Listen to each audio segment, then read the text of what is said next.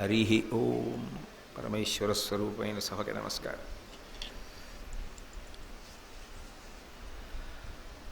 ధృతరాష్ట్రుడు తనకి నిద్ర పట్టట్లేదు కాబట్టి నా మంచి మాటలు చెప్పమని తన సమస్యని విదురుడికి నివేదిస్తే, విదురుడు చెప్పినటువంటి మాటల చేత ప్రీతి పొందినవాడు అయినప్పటికీ కూడా అది తన యొక్క దుఃఖాన్ని ఉపశమింపచేసేటటువంటి ప్రతిపాదన కాదు కనుక, తాను విదురుడు చెప్పిన రీతిలో తన మనసుని మార్చుకొనగలిగినటువంటి వాడు కాదు కనుక, ఆయన నాకు ధర్మాధర్మములు నిత్య వినీతు తెలిసిన్నటువంటి నిత్య వినీతుడవు కనుక నువ్వు ఒక ఉపకారం చెయ్యి, అమృతధార వంటి హితోక్తులను నాకు ఉపదేశం చెయ్యి అని అడిగాడు.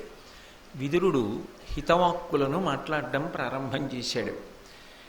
ఈ విదుర నీతి అని పిలవబడేటటువంటి విదురుడి చేత చెప్పబడినటువంటి హితోక్తులు ఏ ఉన్నాయో అది సాక్షాత్తుగా ధర్మదేవత పలుకుతున్నటువంటి మాటలు. అవి దేశముతోటి కాలముతోటి సంబంధం లేకుండా మనుష్యుడిగా పుట్టినటువంటి ప్రతివాడు జీవితంలో తెలుసుకోవలసినటువంటి అమూల్యమైన విషయములను ప్రతిపాదన చేశాడు. అందులో ఏ ఒక్క విషయాన్ని పట్టుకోగలిగిన, ఏ ఒక్క విషయాన్ని ఆచరణాత్మకం చేసుకోగలిగిన జీవితం అభ్యున్నతిని పొందుతుంది. అన్నిటినీ మించి నేను వ్యక్తిగతంగా ఏం విశ్వసిస్తాను అంటే, విదుర నీతిని విన్నటువంటి వాడికి భగవంతుని యొక్క అనుగ్రహం తప్పకుండా కలుగుతుంది. ఎందుకని అంటే, నేను నమ్మేది ఏమిటి అంటే, మనుష్య జన్మ ఎత్తినటువంటి వ్యక్తి వినడము అనేటటువంటి మాట కేవలము వినడం కోసం వినడు, పరమ అనురక్తితో జీవితాన్ని మార్చుకోవడం కోసమే వింటారు అన్నది నా నమ్మకం. లేకపోతే మీరందరూ ఈ వాతావరణంలో ఇళ్ల దగ్గర నుంచి బయలుదేరి 7 గంటలకి మొదలు పెడతాను ప్రవచనం అంటే, ఖచ్చితంగా 7 అయ్యేటప్పటికి వచ్చి ఇంతమంది ఇలా కూర్చుని ఇంత శ్రద్ధతో వింటున్నారు అంటే ఏదో తెలుసుకోవాలన్న కుతూహలం, తెలుసుకున్న దాన్ని అమల్లోకి తెచ్చుకుందామన్న తాపత్రయం మీకు లేకపోతే అసలు మీరు ఎందుకు వస్తారు? కాబట్టి వినడము అంటే నా ఉద్దేశ్యం కేవలం ఏదో విని వదిలేయడానికి మీరు వస్తున్నారని నేను అనుకోను. విన్నదాన్ని బాగా పట్టుకుని ఆచరించాలని తాపత్రయం ఉన్నవాళ్ళు మీరందరూ అని నాకు ప్రబల విశ్వాసం. అయినప్పుడు అది భగవంతుని యొక్క అనుగ్రహానికి ఎందుకు కారణం కాదు? తప్పకుండా ఆయన అనుగ్రహానికి కారణం అవుతుంది. ఆయన అనుగ్రహమే ఆ ధర్మాచరణమునందు ఆసక్తిని పెంచుతుంది. విదురుడు మాట్లాడడం ప్రారంభం చేస్తూ మొదటి మాట ప్రతిపాదన చేస్తున్నాడు. జనులకు నొడబాటకు విధమున నడచుచు లోక నింద్యముల ఉడుగుచు మీదని యొకని కలిమి కులుకక మనుజులతో పొంది పొసగి మనుటొప్పు నృపా. ఇది కేవలముగా పాండవుల్లో, కేవలముగా కౌరవుల్లో, లేకపోతే కేవలముగా రాజ్య పరిపాలనకు సంబంధించిన విషయంగానో ఆయన ప్రతిపాదన చెయ్యట్లేదు. నేను ముందే చెప్పినట్టుగా దేశకాలములతో సంబంధం లేకుండా సమస్త మానవాళికి పనికొచ్చేటటువంటి విషయాన్ని ప్రతిపాదన చేస్తున్నాడు. అందులో ఆయన కొన్ని విషయాలు చెప్తున్నాడు వరుస క్రమంలో. అందులో మొదటి విషయం ఏం చెప్పాడు అంటే, జనులకు ఒడబాటకు విధమున నడచుచు లోక నింద్యముల నుడుగుచు. మనిషి బ్రతకడము అనేటటువంటి మాటకు అర్థం, భగవంతుడు ఎన్ని ఊపిరిలిచ్చాడో ఆ ఊపిరులనన్నింటినీ కూడా వ్యయం చేసేయడము అని కాదు. ఎందుకని అంటే, ఆయుర్దాయాన్ని భగవంతుడు ఇచ్చినప్పుడు ఇన్ని సంవత్సరములు అని ఇవ్వడు, ఇన్ని ఊపిరులు అని ఇస్తాడు.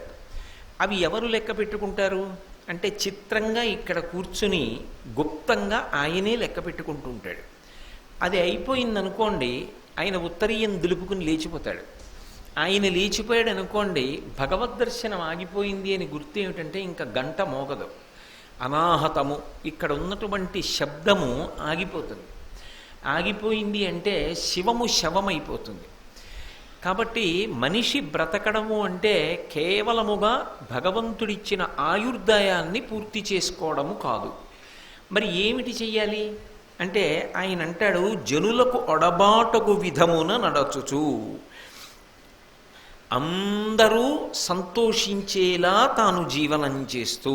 అందరూ అంటే సమస్తమైనటువంటి మనుష్యులు, అందులో మళ్ళీ భేదభావనలు ఏ కారణం చేత చూడడానికి వీలు కాదు. స్త్రీ, పురుష, పండిత, పామర, కుల, మత, వర్ణ, వర్గ, ధనిక, పేద విచక్షణ మనస్సు యందు ఉండరాదు. వాళ్ళు కూడా మనుష్యులే అన్న భావన తప్ప వేరొక భావన మనసునందు ఉండడానికి వీల్లేదు. అటువంటి భావనతో ప్రారంభం చేసి జనులకు ఒడబాటకు విధమున నడచుచు లోక నింద్యముల నుడుగుచు, ఏ పనులు మనం చేస్తే లోకమంతా మనని నింద చేస్తుందో, తప్పు పడుతుందో అటువంటి పనులను ప్రయత్నపూర్వకంగా చెయ్యకుండా ఉంటూ, ఈ రెండు ముందు బాగా పట్టుకోవాలి. మనం చూడండి, ఒక మాట, తేలిక మాట ఒకటి వాడుతూ ఉంటాం. ఒకరి కొరకు 10 మంది, 10 మంది కొరకు ఒకరు బ్రతకాలి అంటూ ఉంటాం. ఇది ఎప్పుడో ఆర్షవాక్కుగా విదురుడు ప్రతిపాదన చేసినటువంటి మాట. ఒక మనిషి బ్రతకడం అంటే అందరి యొక్క సుఖాన్ని దృష్టిలో పెట్టుకుని బ్రతకాలి తప్ప కేవలము తన సుఖాన్ని ఒక్కదాన్ని ఆలోచించి బ్రతకకూడదు. అది మనుష్యుడు బ్రతకవలసిన బ్రతుకు కాదు. ఈ మాట ఎందుకంటున్నాడు విదురుడు అంటే మీరు ఒక్క విషయం బాగా గమనించవలసి ఉంటుంది. అసలు నిజానికి భగవంతుడు ఎక్కడుంటాడు అంటే నేను ఆ దేవాలయంలో ఉంటాడు అని నేను అనుకోండి, అప్పుడు ఆయనకి నాకు తత్వత భేదం ఒకటి లేకుండా పోతుంది. నేను ఒక ఇంట్లో ఉంటాను, లేకపోతే ఓ కార్యాలయానికి వెళతాను, లేకపోతే ఇక్కడ ప్రవచనానికి వస్తాను.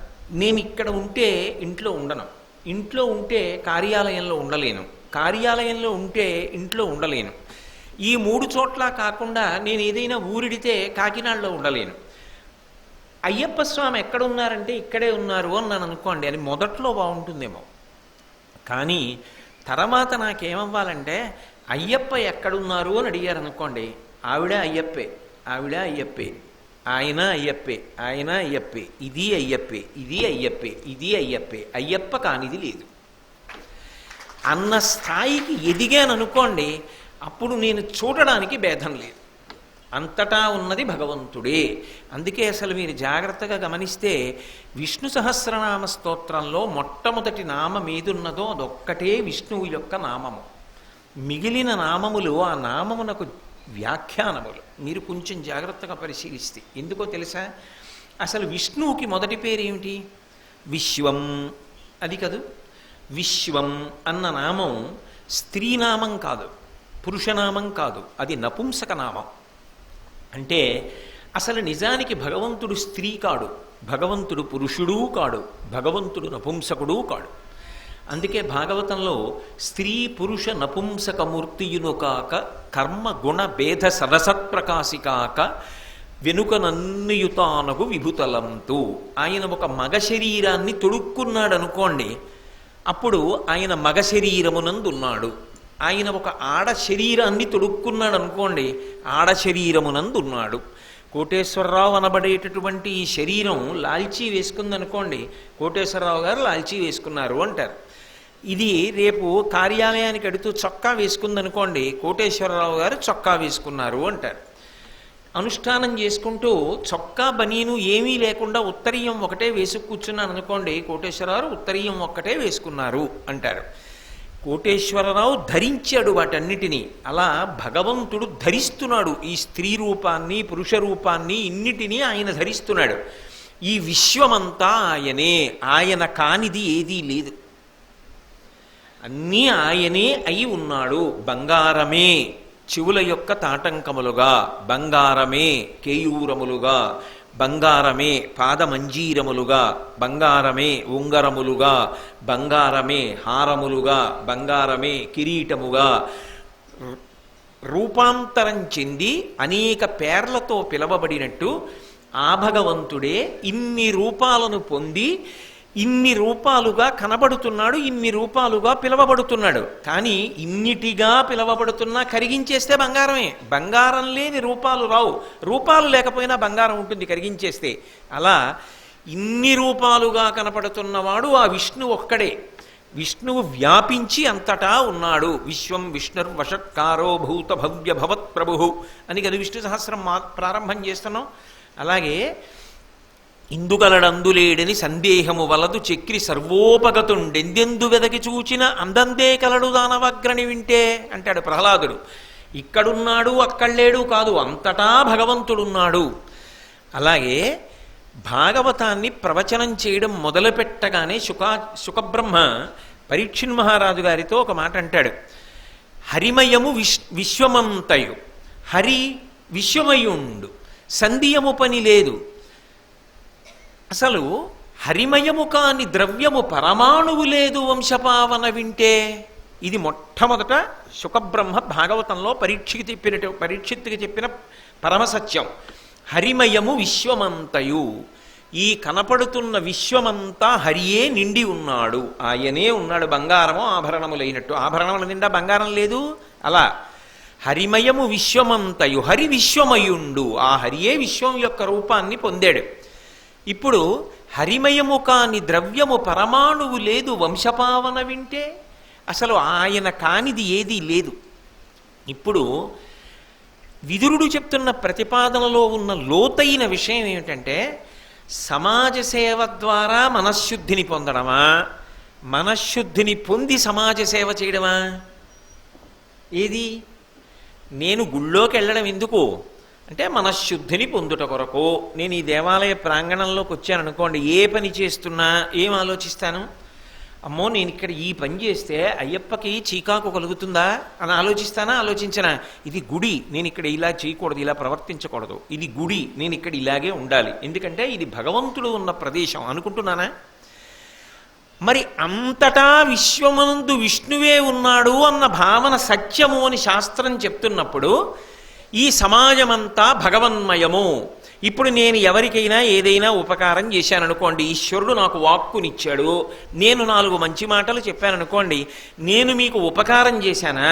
నేను సమాజం అనేటటువంటి దేవాలయంలో సేవ చేసుకుని తరించానా? నేను మీకు ఉపకారం చేయట్లేదు, నేను తరించడానికి అది కారణమైంది. నేను సమాజమునకు సేవ చేసుకుంటున్నాను. ఒకడికి బలం ఉంది, ఆ బలంతో ఒక బలహీనుణ్ణి రక్షించాడు. విష్ణువు బలహీనుడి రూపంలో వచ్చి నీ బలాన్ని ఉపయోగించి పుణ్యం కింద మార్చుకోమని అనుగ్రహించాడు. ఇప్పుడు ఈయన ఉద్ధరణ పొందుతున్నాడు. ఒకడి దగ్గర డబ్బు ఉంది, ఆ డబ్బు ఇంకొకడికి ఇచ్చి బాగా చదువుకోవడానికో కష్టం నుంచి గట్టెక్కడానికో తాను ఉపయోగపడి, ఈశ్వర ఈ డబ్బిచ్చిన వాడివి నువ్వే, డబ్బు వలన ఒకడికి ఉపకారం చెయ్యడానికి వీలుగా ఉపకారమును పొందడానికి యోగ్యమైన వ్యక్తి రూపంలో ఎదురుకుండా వచ్చి నిలబడి నా చేత ఉపకారమును పొంది నన్ను అనుగ్రహించిన వాడివి నువ్వే. ఇప్పుడు ఇది గర్వం ఏర్పడడానికి కారణము కాదు. బాగా పట్టుకున్నారో లేదో నేను అన్నమాట. మీరు తరిస్తున్నారు తప్ప మీరు అవతల వారిని ఏమీ ఉపకారం చెయ్యట్లేదు. అప్పుడు మీరు గర్వించడానికి కారణమేముంది? నేను 2 అరటిపళ్ళు పట్టుకొచ్చి అయ్యప్పకి ఇచ్చాను అనుకోండి, అయ్యప్ప నేను ఎట్టకపోతే నువ్వేం తింటావు అంటానా? అయ్యప్ప నాకు 25 అరటిపళ్ళు ఇస్తే 2 నీ కట్టుకొచ్చి ఇచ్చా, ఈ అరటిపళ్ళు నువ్వు ఇచ్చినవి నేను సృష్టించానా ఏమి అంటానా అననా? అలాగే సమాజమునకు చేసేటటువంటి సేవ యందు నేను చేస్తున్నాను అన్నాను అనుకోండి, సమాజమునకు నా వలన ఉపకారం జరుగుతోంది అన్నాను అనుకోండి, వెంటనే అది నా గర్వమునకు కారణమవుతుందా? నాకు బలం ఉంది, సమాజంలో బలహీనుల్ని రక్షిస్తున్నా, అది నా గర్వానికి కారణం. నా దగ్గర వాక్కు ఉంది కాబట్టి నీ చెప్తున్నా, అదో గర్వం. నా దగ్గర డబ్బు ఉంది, నేను చదువుకోలేకపోతున్న వాళ్ళకి 10 మందికి నేను చదువుకోవడానికి డబ్బు ఇచ్చా, అదో గర్వం. ఇప్పుడు ఏమైంది? సమాజ సేవకు నీవు ఉపయోగపడుతున్నావు అంటే గర్వమునకు కారణం కాదు. సేవ చేసుకోవడానికి నాకు సమాజం అవకాశం ఇచ్చి ఉద్ధరణ కల్పిస్తోంది. ఈ గుడి ఉంది, మీరు వచ్చి తుడిచారు, అప్పుడు మీరు గుడికి ఉపకారం చేశారా? తుడిపించుకుని గుడి మీకు పుణ్యం ఇచ్చిందా? గుడి మీకు పుణ్యం ఇచ్చింది. గుడి ఉంది కాబట్టి మీరు వచ్చి తుడిచి పుణ్యం పొందారు. గుడి లేకపోతే ఎలా, ఎక్కడ తుడుస్తారు, ఎలా పుణ్యం పొందుతారు? ఒంట్లో బలం ఉంటే ఎందుకు పనికి వస్తుంది? మీ దగ్గర 10 పళ్ళు ఉన్నాయి, 4 పళ్ళు పట్టుకొచ్చి ఇచ్చారు, ఆ 10 పళ్ళు ఇచ్చినవాడు వాడే, అందులోంచి 4 పళ్ళు వాడికి ఇచ్చి పుణ్యాన్ని సంపాదించారు, సంతోషాన్ని పొందారు, భగవత్ సేవ చేయగలిగారు. ఈ ప్రాంగణం ఉంది కాబట్టి, సమాజం ఉన్నది కాబట్టి నువ్వు సమాజ సేవ చేసుకో. ఎలా అంటే, నువ్వు ఏది చేసిన కారణము చేత అందరూ సంతోషాన్ని మాత్రమే పొందుతారో ఆ పని మాత్రమే చేస్తూ ఉండు. అయితే ఇక్కడ మీరు ఒక్క మాట బాగా పట్టుకోవాలి. ఇందులో సమాజము యొక్క నిందకు గురి కావద్దు అంటున్నాడు కదా విదురుడు. సమాజము యొక్క నిందకు ఎప్పుడు గురవుతాడు మనిషి అంటే తన ఇంద్రియములు, తన మనస్సు, తన బుద్ధి సంతోషపడడానికి సమాజాన్ని తన కోసం వాడుకోవడం మొదలుపెట్టాడు అనుకోండి. నేను వ్యాపారం కింద మార్చాను అనుకోండి, దేన్నైనా కూడా నా ఇంద్రియములు సుఖం పొందడానికి నేను సమాజాన్ని వాడుకోవడం మొదలుపెట్టాను అనుకోండి. నేను వృద్ధిలోకి రావడానికి నీతి తప్పి సమాజాన్ని వాడుకోవడం మొదలెట్టాను అనుకోండి. సమాజం అంటే నేను చెప్తున్నది లోకమే. నాకు ఉద్యోగం ఇచ్చారండి, నేను ఆ ఉద్యోగం చేసి ధార్మికంగా సంపాదించడం మానేసి అధార్మికంగా సంపాదించాను అనుకోండి, లోకనిందకు గురవుతున్నట్టు లెక్కే. నా పదవిని దుర్వినియోగం చేశానా లేదా, కాబట్టి అది దోషం చేసినట్టు. అలాగే నాకు 4 వాక్కులు భగవంతుడు ఇచ్చాడు, ఇక్కడికి వచ్చి నన్ను చెప్పవయా మేము వింటామని మీరు ఇన్ని వేల మంది వచ్చి కూర్చున్నారు. మీరు కూర్చుంటున్నారు కదా అని చెప్పి నేను భారతం చెప్పడం మానేసి అక్కర్లేని విషయాలన్నీ మాట్లాడడం మొదలుపెట్టాను అనుకోండి, అప్పుడు నేను లోకమును నా సంతృప్తి కొరకు వాడుకుంటున్నట్టే. అది దోషం. ఇతర విషయాలు చెప్పమని నిన్నెవడు చెప్పాడు? నువ్వు భారతం ఒక్కటే చెప్పంతే. నువ్వు భారతం చెప్తామని వాళ్ళు వస్తున్నారు, విదురుడు ఏం చెప్పాడో అది చెప్పంతే. అది అంతకు మించి దాటి మాట్లాడకు. నువ్వు మాట్లాడేది విదురుడు చెప్పిన దాన్ని సమర్థించాలంతే. అంతకు దాటి వెళ్ళడానికి నాకు అధికారం లేదు. అలా వాడుకున్నాను అనుకోండి, లోకమును నా సంతృప్తి కొరకు, నా ఇంద్రియముల తృప్తి కొరకు, బుద్ధి తృప్తి కొరకు నేను వాడుకుంటున్నాను. అప్పుడది ప్రమాదహేతు. అది రాక్షసత్వం వైపుకి వెళ్ళిపోయిందనుకోండి, సమాజము బాధపడి తాను సంతోషిస్తాడు. అది ఇంకా ప్రమాదం. అది ఎలా ఉంటుంది అంటే, ఒక భయం మీకు తేలికగా అర్థం అవడానికి నేను ఒక తేలిక ఉదాహరణ వాడుతున్నాను. అంతకన్నా వ్యగ్రతతో కూడిన ఉదాహరణలు వాడడం నాకు ఇష్టం లేక. ఇప్పుడు ఏదో ఓ పంది అరిచినట్టో, ఓ కుక్క అరిచినట్టో, ఓ పిల్లి ఏడిచినట్టో, ఒక పిల్ల చటుక్కున ఏ మెట్ల మించో కింద పడిపోతే పెద్ద ఆర్తనాదం చేసినట్టో, నేను వెడుతున్నటువంటి నా ద్విచక్ర వాహనానికి నేను దాన్ని శబ్ద పరికరంగా అంటే హారన్గా పెట్టుకున్నాను. ఇప్పుడు నేను అలా వెళ్ళిపోతున్నాను, నా ముందు ఎవరో పాపం పెద్ద ఆయన వెళుతున్నాడు ద్విచక్ర వాహనం మీద. నేను వెనక నుంచి వచ్చి ఇప్పుడు నేను శబ్దాన్ని ప్రయోగిస్తాను. నేను ఇలా నొక్కితే అది పలుకుతుంది కదా, అది పసిపిల్ల క్యారమని ఏడిచినట్లు వస్తుంది. నాకు తెలుసు ఆయన ఉలిక్కి పడతాడు నేను నవ్వుకుందామని. నేను నొక్కాను. ఆయన పెద్దవాడు కదా, తాత అయినవాడు కదా, అయ్యో పసిపిల్ల ఎక్కడో పడిపోయిందని చాలా కంగారు పడిపోయి అటు ఇటు చూడటంలో ఆయన కింద పడ్డాడు. నేను పరమానందపడిపోయి వెళ్ళిపోయాను అనుకోండి. ఇప్పుడు ఆయన లేచి తిడతాడా తిట్టడా? నేను అక్కడ దొరకకపోయినా నన్ను అందరూ తిడతారా తిట్టరా? ఒకవేళ అది నేను చేశానని తెలియకపోయినా తిట్టుకుంటారా తిట్టుకోరా? దుర్మార్గుడు ఎవడు రావాడు అని అడుగుతారా అడగరా? ఆ బుద్ధి మొదట ఉండాలి వాడేటప్పుడు. లోకము బాధపడే పని నువ్వు చెయ్యవద్దు. అప్పుడు ద్విచక్రవాహనం మీద వెడుతూ సెల్ ఫోన్ మాట్లాడడం కూడా అంతే. సమాజము దేవాలయమైనప్పుడు చెలగాటం ఆడవద్దు. సమాజము దేవాలయమని ప్రయాణం చెయ్యి. సమాజము యొక్క హితము కొరకు పనికొస్తుందా? నేను ఇలా బ్రతకవచ్చా? నేను ఇలా బ్రతికితే రేపొద్దున్న నా బిడ్డలకి ఎలా నేను ఉదాహరణ అవుతాను? నాన్నగారు ఆదర్శవంతమైన జీవితం అని నా బిడ్డడే అనలేకపోతే, నేను నా కొడుక్కు నీతి చెప్పవలసి వచ్చిందనుకోండి, నాన్నగారు మీరు వయసులో ఉండగా ఏం చేశారో మాకు తెలీదా అన్నాడు అనుకోండి, నా బ్రతుకు ఏం బ్రతుకప్పుడు? అందుకే ఒకడు చూస్తున్నాడా అన్నది కాదు, అది నాకు శాస్త్రము ప్రమాణం అంతే. సమాజ హితము కొరకు నేను బ్రతుకుతున్నానా? సమాజమును నా ఇంద్రియముల యొక్క సుఖము కొరకు నేను వాడుకోవట్లేదు. నేను లోకము యొక్క నింద కలుగుతుందన్న పని నేను చెయ్యకూడదు అంతే.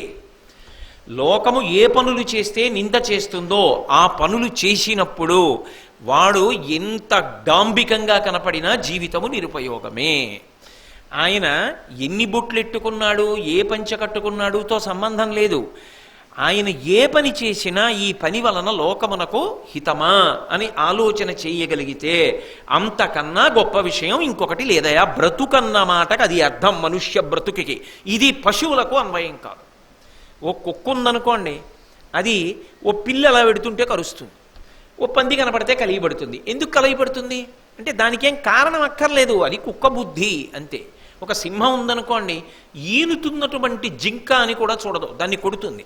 ఓ పిల్ల కింద పడింది అనుకోండి, దాన్ని కూడా తినేస్తుంది. అది దాని ధర్మం అంతే, దానికి ఏం తెలియదు. కానీ నేను మనుష్యుణ్ణి. నేను ఒక పని చేసేటప్పుడు సమాజము దేవాలయము, నా చుట్టూ ఉన్న సమాజమే దేవాలయం. ఎన్నాళ్ళు ఇది దేవాలయం, నా ఇంట్లో ఉన్న పూజ గది అని బతకను? వివేకానందుడు అంటే అదే అంటాడు, పూజ గదిలో పూజ మొదలుపెట్టి సమాజమునందు మరణించడం, నువ్వు పూజ గదిలో మరణించడం కావాలి. నేను పూజ గదిలో పూజ చేయగలనేమో కానీ పూజ గదిలో మరణించగలనా? కానీ ఆఖరణ నా శరీరం ఎక్కడ పడిపోయినా నేను నా పూజా మందిరంలో పడిపోయిన వాడిని కావాలి. అంటే అది ఎప్పుడవుతుంది? నేను ఎదిగి అంతా నాకు పూజా మందిరం అయితే. అలా బ్రతుకు సుమా, నీ బ్రతుకు మెట్టు మెట్టు మెట్టు మెట్టు పైకెక్కు. ఇప్పుడు అలా ఎలా బ్రతుకుతాం? ఏది చేస్తున్నా ఇది లోకహితమునకు పనికొస్తుంది అని ఎలా నిర్ధారణ చేసుకోవాలి? ఒక్కటే, నేను చేస్తున్న పని ధర్మచట్రములోకి ఇముడుతోందా? అదొక్కటి చూడు చాలు. అది ఇముడుతోంది, చేసేయి, ఏం పర్వాలేదు. అది ధర్మచట్రంలోకి ఇమిడింది, చెయ్యి. అది ధర్మచట్రంలోకి ఇమడదు, చేయవద్దు. నువ్వు సిద్ధాంతాలు చేయకు, దీనివల్ల లోకానికి హితం ఏం తప్పిందండి అని అనకు. అది తప్పి తీరుతుంది. నువ్వు బుకాయించవచ్చు ఇవాళ, కానీ రేపొద్దున్న నిజంగా అది ఎక్కడ హితం తప్పిపోయిందో తెలిసిన తర్వాత నువ్వు మాత్రం దాన్ని ఇంకా మార్చలేవు. అది దోషమైపోతుంది. ఈ రెండిటిని సమన్వయం చేసుకోవడం జీవితంలో రావాలి సుమా. అలా రెండిటిని కలపడం రాకపోతే ఇబ్బందికి వెడుతుంది. కాబట్టి ఇప్పుడు దేవాలయానికి వస్తే ఏం చేస్తున్నావు? పూజ చేస్తున్నావు. సమాజానికి వెడితే ఏం చేస్తావు? నాకు ఏముందని నేను సేవ చేయనండి అని అడక్కు. నీకు భగవంతుడు పెట్టుబడిగా రెండిటినిచ్చి పంపించాడు. ఏవి ఆ రెండు? 84 లక్షల జీవరాశులలో 83,99,999 ప్రాణులకు భగవంతుడు వాక్కు ఇవ్వలేదు. నాకొక్కడికే వాక్కు ఇచ్చాడు, నాకంటే మనుష్యులకు.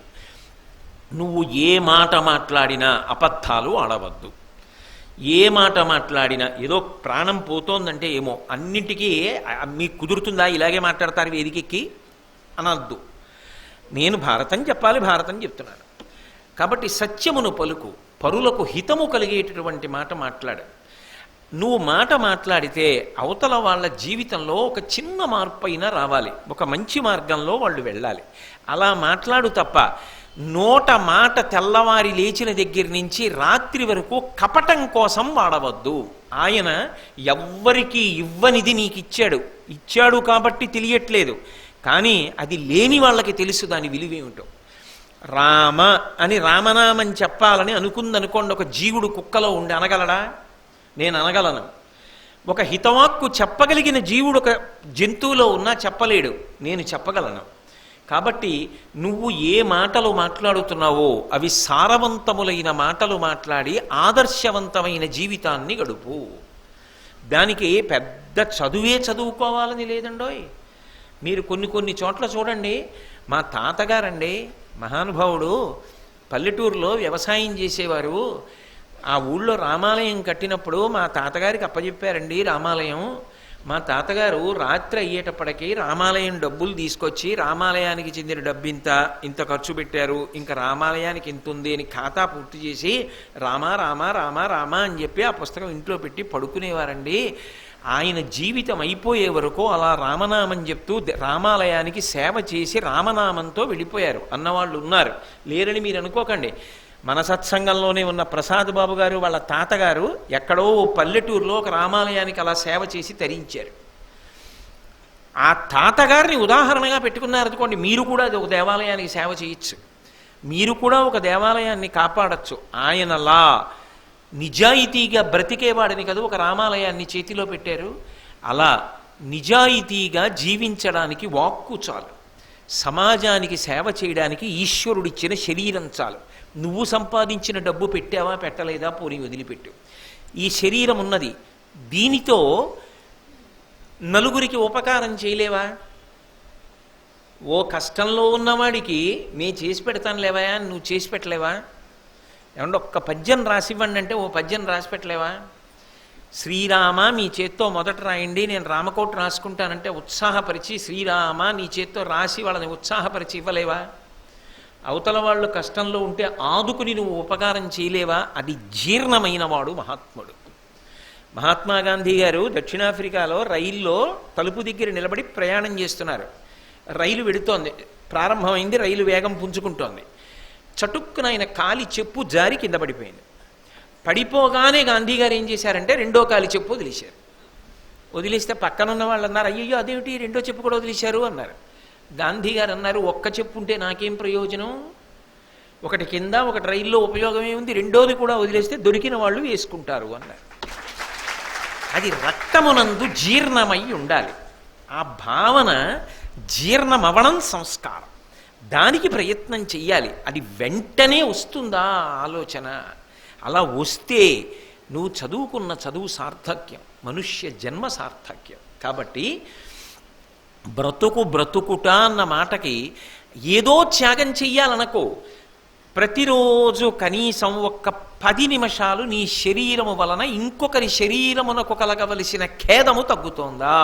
దీనికి ఎక్కడికో వచ్చి పెద్ద ఉపకారం చేసే ఇక్కర్లేదండి. నేను మీకు తేలిక మాట చెప్తా, మీరందరూ ప్రాజ్ఞులు, మీరు తెలియని వాళ్ళు కాదు, ఏదో ఆ తాపత్రయానికి అంటానంతే. మన బనీను మనం ఉతుక్కుని, మహాత్మా గాంధీ గారి స్వచ్ఛ భారత్ అదే, మన మరుగుదొడ్డి మనం కడుక్కుంటే చాలు. మహాత్మా గాంధీ గారు మరుగుదొడ్లోకి వెళ్ళారు.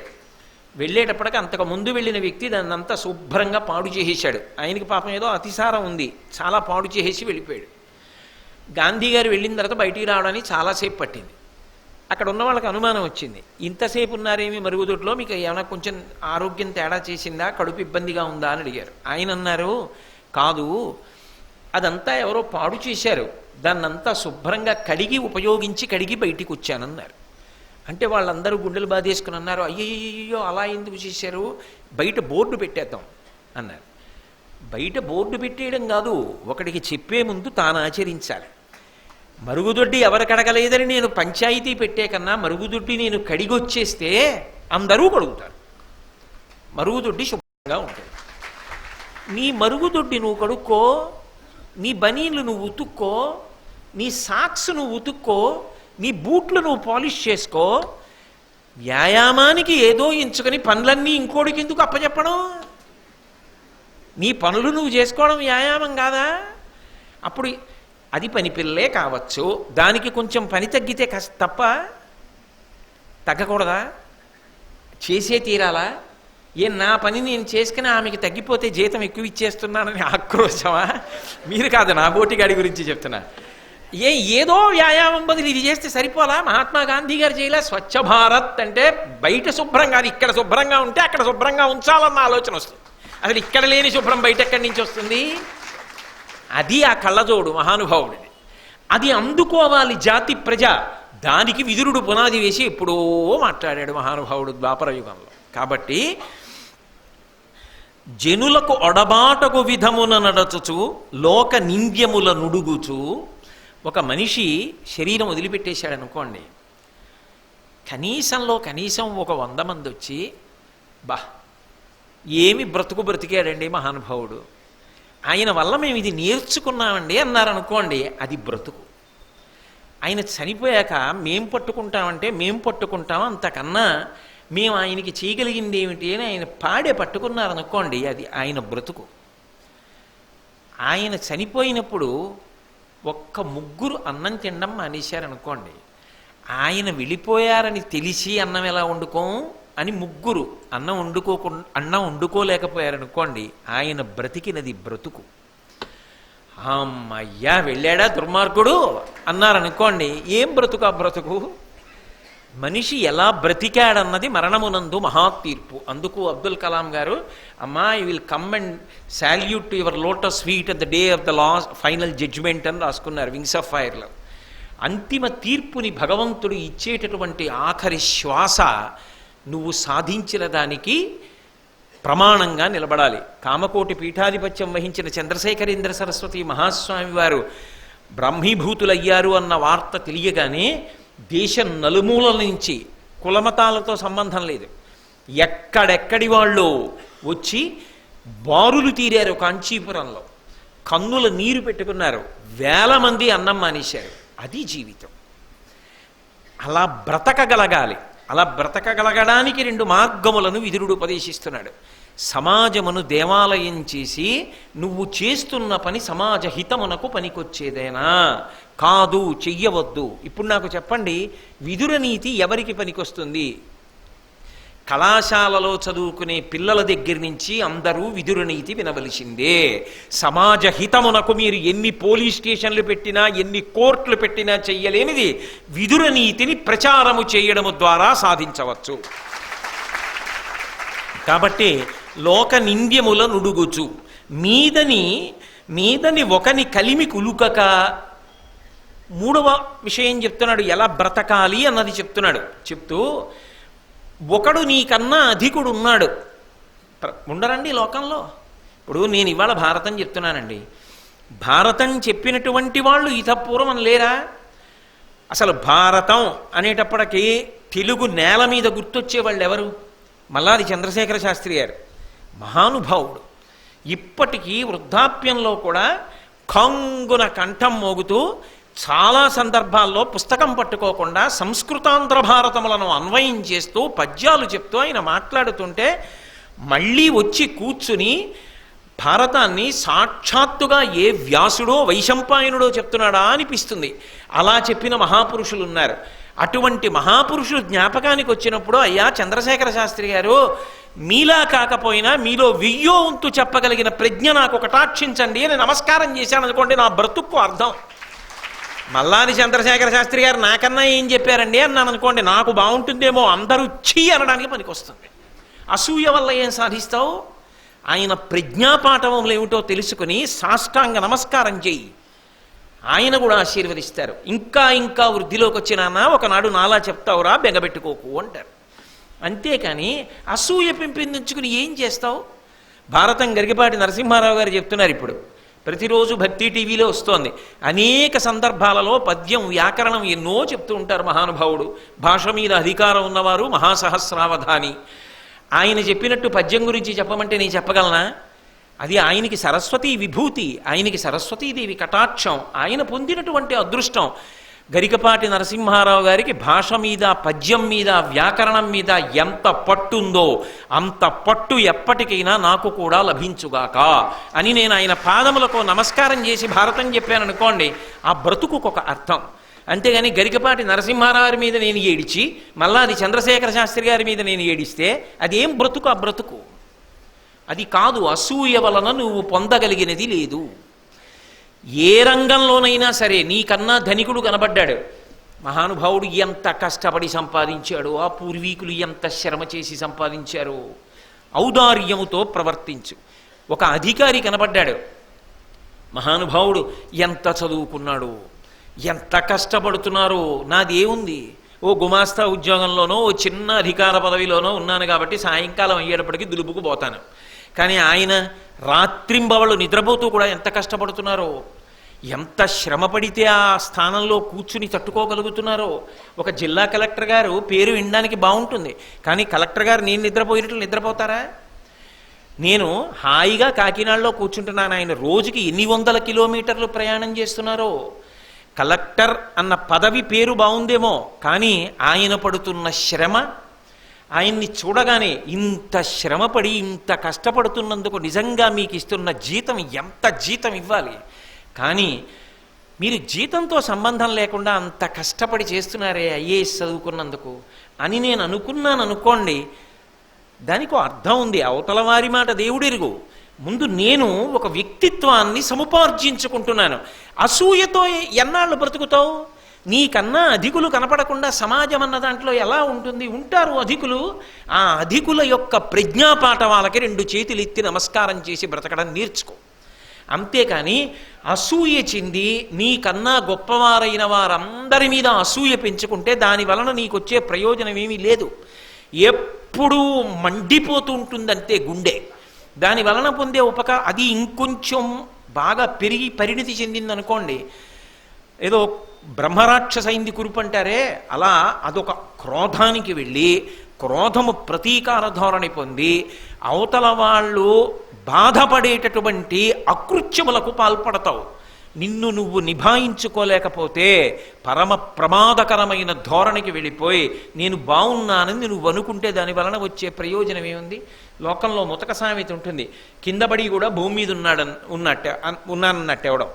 పడిపోవడం నేల మీద పడిపోయాడు, అయ్యయ్యో పడిపోయారంటే నేను ఎక్కడ పడిపోయాను, భూమి మీద ఉన్నానన్నాడు. అంటే తప్పు చేసి కూడా అది తప్పు కాదని సమర్థించుకుంటే ఇహ జీవితంలో వృద్ధిలోకి రాడు. కనీసం చేసిన తప్పు తప్పని ఒప్పుకోవాలి. అందుకే దీనికి మూలకందం మనిషిలో ఎక్కడుంది అంటే అసూయ. అసూయ అత్యంత ప్రమాదకరం. అయితే మీకు ఇక్కడ ఒక చిన్న విశేషం చెప్పాలి. అసూయ పొందినవాడు పాడవుతాడేమో కానీ అసూయ మీరు ఎవరి మీద పెట్టుకున్నారో వాడి కీర్తి పెరుగుతుంది. అదో చమత్కారం శాస్త్రంలో. వాడు ధర్మం పట్టుకున్నంతకాలం వచ్చే విశేషం ఏమిటో తెలుసా? వాడి కీర్తి పెరిగిపోతూ ఉంటుంది. అసూయతో ఉన్నవాడు పతనమైపోతూ ఉంటాడు. అయితే ఎవరి పట్ల అసూయ పెట్టుకున్నాడో వాడు ధర్మాన్ని వదిలిపెట్టకూడదు సుమండి. నేను మీకు ఈ విషయం బాగా ఎప్పుడూ జ్ఞాపకం ఉండడానికి తేలిక మార్గం చెప్తున్నాను. మనం తెల్లవారితే తాగే నీళ్ళే నీళ్ళు గోదావరి నీళ్లు. గోదావరి దేంట్లోంచి వచ్చింది? అసూయలోంచి వచ్చింది. అదేమిటండి గోదావరికి అసూయకి సంబంధం ఏమిటంటారా? మహానుభావుడు దేశమంతా క్షామం వస్తే గౌతమ మహర్షి ఒకనాడు తన తపశ్శక్తితో ఆశ్రమవాటంలో ఎంతమందికో అన్నం పెట్టాడు. అంతా క్షామం వస్తే ఈయనొక్కడే తపశ్శక్తితో ఇంతమందికి అన్నం పెడుతున్నాడు, ఈయనకి ఇంత కీర్తి వచ్చేస్తోందని ఆయన దగ్గర అన్నం తిన్న వాళ్ళు ఆయన మీద కక్ష పెట్టుకున్నారు, అసూయ పెంచుకున్నారు. పెంచుకుని చచ్చిపోయే ఆవును తీసుకొచ్చి అక్కడ పెట్టి ఆయన గడ్డి పరకతో ఇలా అంటే నువ్వు ఆవును చంపేశావని ప్రచారం చేసి నీ దగ్గర మేమేం తినమని బయటికి పోయారు. పెద్ద అల్లరి చేశారు, రగడ చేశారు, అపకీర్తి తెచ్చామనుకున్నారు. ఆయన ఏం చేశాడు? ఓహో నిజంగా నేను కానీ గోవుని చంపానా ఏమి అనుకుని పరమశివుడి గురించి తపస్సు చేసి గోదావరి ఆ గోవుని బ్రతికించడానికి నదిని తీసుకొచ్చాడు. గోదావరి నీళ్లు తాగిన మనం అసూయాగ్రస్తులైనటువంటి మునుల కథ ఇప్పటికీ అలాగే చెప్పుకుంటున్నాం. వాడు ఎన్ని విభూతి పుండ్రాలు పెట్టుకున్న వాళ్ళైనా ఎలా బ్రతికినా మునులని పేరున్నా ఏమయ్యారు అసూయతో అంటే గౌతముడి పట్ల అసూయ పెట్టుకున్నారు. గౌతముడు ఏం చేశాడు? ఏం బెంగ పెట్టుకోవాలి, అదే ధర్మాన్ని పట్టుకుని అదే తపస్సు చేసుకున్నాడు. గోదావరి నది వచ్చింది. వాళ్ళు అప్పుడు అసూయ చెందితే ఇప్పుడు మనం తాగడానికి పంటలు పండించుకోవడానికి గోదావరి గౌతముడి చేత తేబడింది. ధర్మం పట్టుకున్న గౌతముడు ఏమయ్యాడు? గోదావరి నది ఉన్నంత కాలము, దేశం ఉన్నంత కాలము, ఈ భూమి ఉన్నంత కాలము గోదావరి ఉంటుంది. గోదావరి ఉన్నంత కాలము గౌతముడు ఉంటాడు. గౌతముడి పేరు ఉన్నంత కాలము ఆయన ధర్మము ఆయన కీర్తి ప్రకాశిస్తాయి. ఆయన పట్ల అసూయతో ఉన్న వాళ్ళ పేరు కూడా చెప్పి ఛీ అంటారు. గోదావరి నది నీళ్లు తెల్లవారితే తాగుతున్న మనం ఈ గోదావరి ఒకడు అసూయ పొందితే వచ్చిన నది, మనకు అసూయొద్దు అని అర్థం చేసుకోకుండా నీళ్లు తాగి బతికేస్తే ఇంకంతకన్నా అర్థం ఉందండి? ఏ నీళ్లు తాగి బతుకుతున్నామో ఆ నీళ్లు తాగుతున్నప్పుడైనా అసూయ ఉండకూడదన్నమాట జ్ఞాపకానికి రావద్దు. కాబట్టి ఈ మూడు బాగా జ్ఞాపకం పెట్టుకుని సమాజమునందు కలిసి బ్రతుకు. కలిసి బ్రతకండి, కలిసి బ్రతకండి, కలిసి బ్రతకండి. ఏమిటి కలిసి బ్రతకండి? కలిసి బ్రతకండి అంటే కలిసి బ్రతుకుతారా? ఎలా కలిసి బ్రతకాలో నేర్పాడు విదురుడు. అది బోధ అంటే. కలిసి బ్రతకండి అని నోటితో మాట చెప్పడం కాదు. ఈ మూడు అలవాటైతే కలిసి బ్రతుకుతావు. అందరితో నువ్వు కలవగలవు. అధికుడని అసూయ, తక్కువ వాడని వాడిని చిన్న చేయడం, ఏదో నాతో సమానుడని ఉదాసీన భావన ఇవేం ఉండవు. ఈ మూడు ఉన్ననాడు నువ్వు సమాజమునందు అంతర్భాగం అవడం కాదు, ఆస్తి అవుతావు. పాండవులకి గుణాలు లేవు, విదురుడికి గుణాలు లేవు. అందుకు కదా ఇప్పటికీ శాశ్వతమైనటువంటి కీర్తిని సముపార్జించారు. కాబట్టి జనులకు ఒడబాటకు విధమున నడచుచు బాగా జ్ఞాపకం పెట్టుకుని విదుర నీతి వరకు మాత్రం తప్పకుండా నేను మళ్ళీ మళ్ళీ చెప్తున్నా, భారతంలో విని తీరవలసిన అత్యద్భుతమైన విషయములలో ఒక మనిషి జీవితం మొత్తం మీద విదుర నీతి వినకపోతే ఏదో లోటే. అంత గొప్ప విదుర నీతి వింటున్నప్పుడు తప్పకుండా ఇంటికెళ్ళి ఒక్క పద్యమైనా మీ పిల్లలకి చెప్పే ప్రయత్నం చెయ్యండి. కాబట్టి ఈ మూడు జ్ఞాపకం పెట్టుకోమని చెప్తున్నాడు విదురుడు ధృతరాష్ట్రుడికి. ఈ మూడు ఉన్ననాడు, నువ్వు అలా బ్రతుకుతున్ననాడు, నువ్వు రాత్రి ఇంటికి వెళ్ళి తలగడాక్కర్లేదు, చెయ్యి తల కింద పెట్టుకు పడుకుంటే నీకు నిద్ర పట్టేస్తుంది. ఇలా రాకపోతే నిద్ర పట్టట్లేదు ధృతరాష్ట్ర మహారాజా నీకు. కాబట్టి జనులకు ఒడబాటకు విధమున నడచచు, మళ్ళీ చెప్తున్నా, జనులందరూ సంతోషించేలా బ్రతుకుతూ లోకనింద్యముల నుడుగుచూ లోకమంతా ఏ పనులు చేస్తే మనని నింద చేస్తుందో అటువంటి పనులు చేయడం మానుకుని మీదని ఒకని కలిమి కులుకక మనకన్నా ఒకడు ఒక విషయంలో గొప్పవాడు అన్న విషయంలో అసూయ పొందకుండా గౌరవ భావాన్ని పెంచుకుని బ్రతికితే మనుజులతో పొంది పసగి మనుటొప్పు నృపా. అలా మనుష్యులతో కలిసి బ్రతకడం అనేటటువంటిది చాలా చాలా ఆవశ్యకమైన విషయము. మనిషిగా పుట్టినవాడు ఈ మూడిటిని సాధన చేయకపోతే ఆ జన్మకు ఆ జీవితానికి అర్థము లేదు అని విదురుడు అనడు. కానీ ఆయన పట్ల గౌరవంతో ఆయన చెప్పిన ఉపదేశవాక్యమునందున్నటువంటి భక్తితో నేనన్నమాట. కాబట్టి అలా సాధన చెయ్యాలి సుమా అంటూ ఆయన వేరొక హితవాక్కు పలుకుతున్నాడు. కోపము నుబ్బును గర్వము నాపోవక యునికియును దురభిమానము నిర్వ్యాపారత్వముననునవి కాపురుష గుణంబులండ్రు కౌరవనాథ. కాపురుష గుణములు చెప్తున్నాడు. కాపురుష గుణములు అంటే దుర్మార్గులైనటువంటి వాళ్ళకి ఇవి లక్షణములుగా ఉంటాయి సుమా. నీవు దుర్మార్గుడవు కావు అని అనిపించుకోవాలంటే ఒకడి దగ్గర నువ్వు తీర్పు పొందడం కాదు, అంతరాత్మ సాక్షి. ఇవి లేవు అన్న స్థితికి ఎదిగావా లేదా పక్కన పెట్టు. కనీసం ఇవి నీ యందు ఉన్నాయి అని నువ్వు అనుకుంటే వాటి నుంచి బయటపడడానికి ఏమైనా ప్రయత్నం చేస్తున్నావా? ఇప్పుడు నేను పైకి చూడ్డానికి బాగున్నానండి, ఆకలిస్తోందా? వేస్తోంది. అన్నం తింటున్నారా? తింటున్నాను. జీర్ణం అవుతోందా? అవుతోంది. రాత్రి నిద్ర పడుతుందా? పడుతుంది. ప్రశాంతంగానే ఉంటున్నారా? ఉంటున్నాను. బరువు అకస్మాత్తుగా ఏం తగ్గిపోలేదా? గత 3 నెలల్లో ఏం తగ్గిపోలేదు, అలాగే ఉన్నాను. ఎందుకైనా మంచిది ఒకసారి పరీక్షలు చేయించుకోండి అన్నాడు వైద్యుడు. పరీక్షలు చేయించుకున్నాను. అకస్మాత్తుగా నాకు ఏదో ఒక రుగ్మత ఉన్నది శరీరంలో అని బయటపడింది. వెంటనే వైద్యుడు జాగ్రత్త పడి, చూశారా చేయించుకోవడం ఎంత మంచిదైందో, దీన్ని మీరు ఉపేక్షించి ఉంటే ఇంకొక 2 నెలల తర్వాత చాలా ప్రమాదానికి వెళ్ళిపోయి ఉండేది. ఇక మిమ్మల్ని రక్షించడం నా చేత కూడా అయ్యే పని కాదు. అది 4వ స్థాయికి వెళ్ళిపోయేది. 3వ స్థాయిలో ఉంది కాబట్టి 3 నెలలు చాలా జాగ్రత్తగా ఔషధం సేవించండి, తగ్గుతుంది లేండి అని. చాలా అదృష్టమైంది పరీక్ష చేయించుకోవడం అని అని వైద్యం చేశాడు. పర్వాలేదు, తగ్గుతోంది. కానీ జాగ్రత్త ఉస్మండి. ఇక పైన ఈ విషయాల్లో మీరు కొంచెం జాగ్రత్త పాటించాలి. ఎక్కడ పడితే అక్కడ తినడం, ఎక్కడ పడితే అక్కడ తిరుగుతూ ఉండడం, ప్రయాణాలు తగ్గించుకోండి అన్నాడు.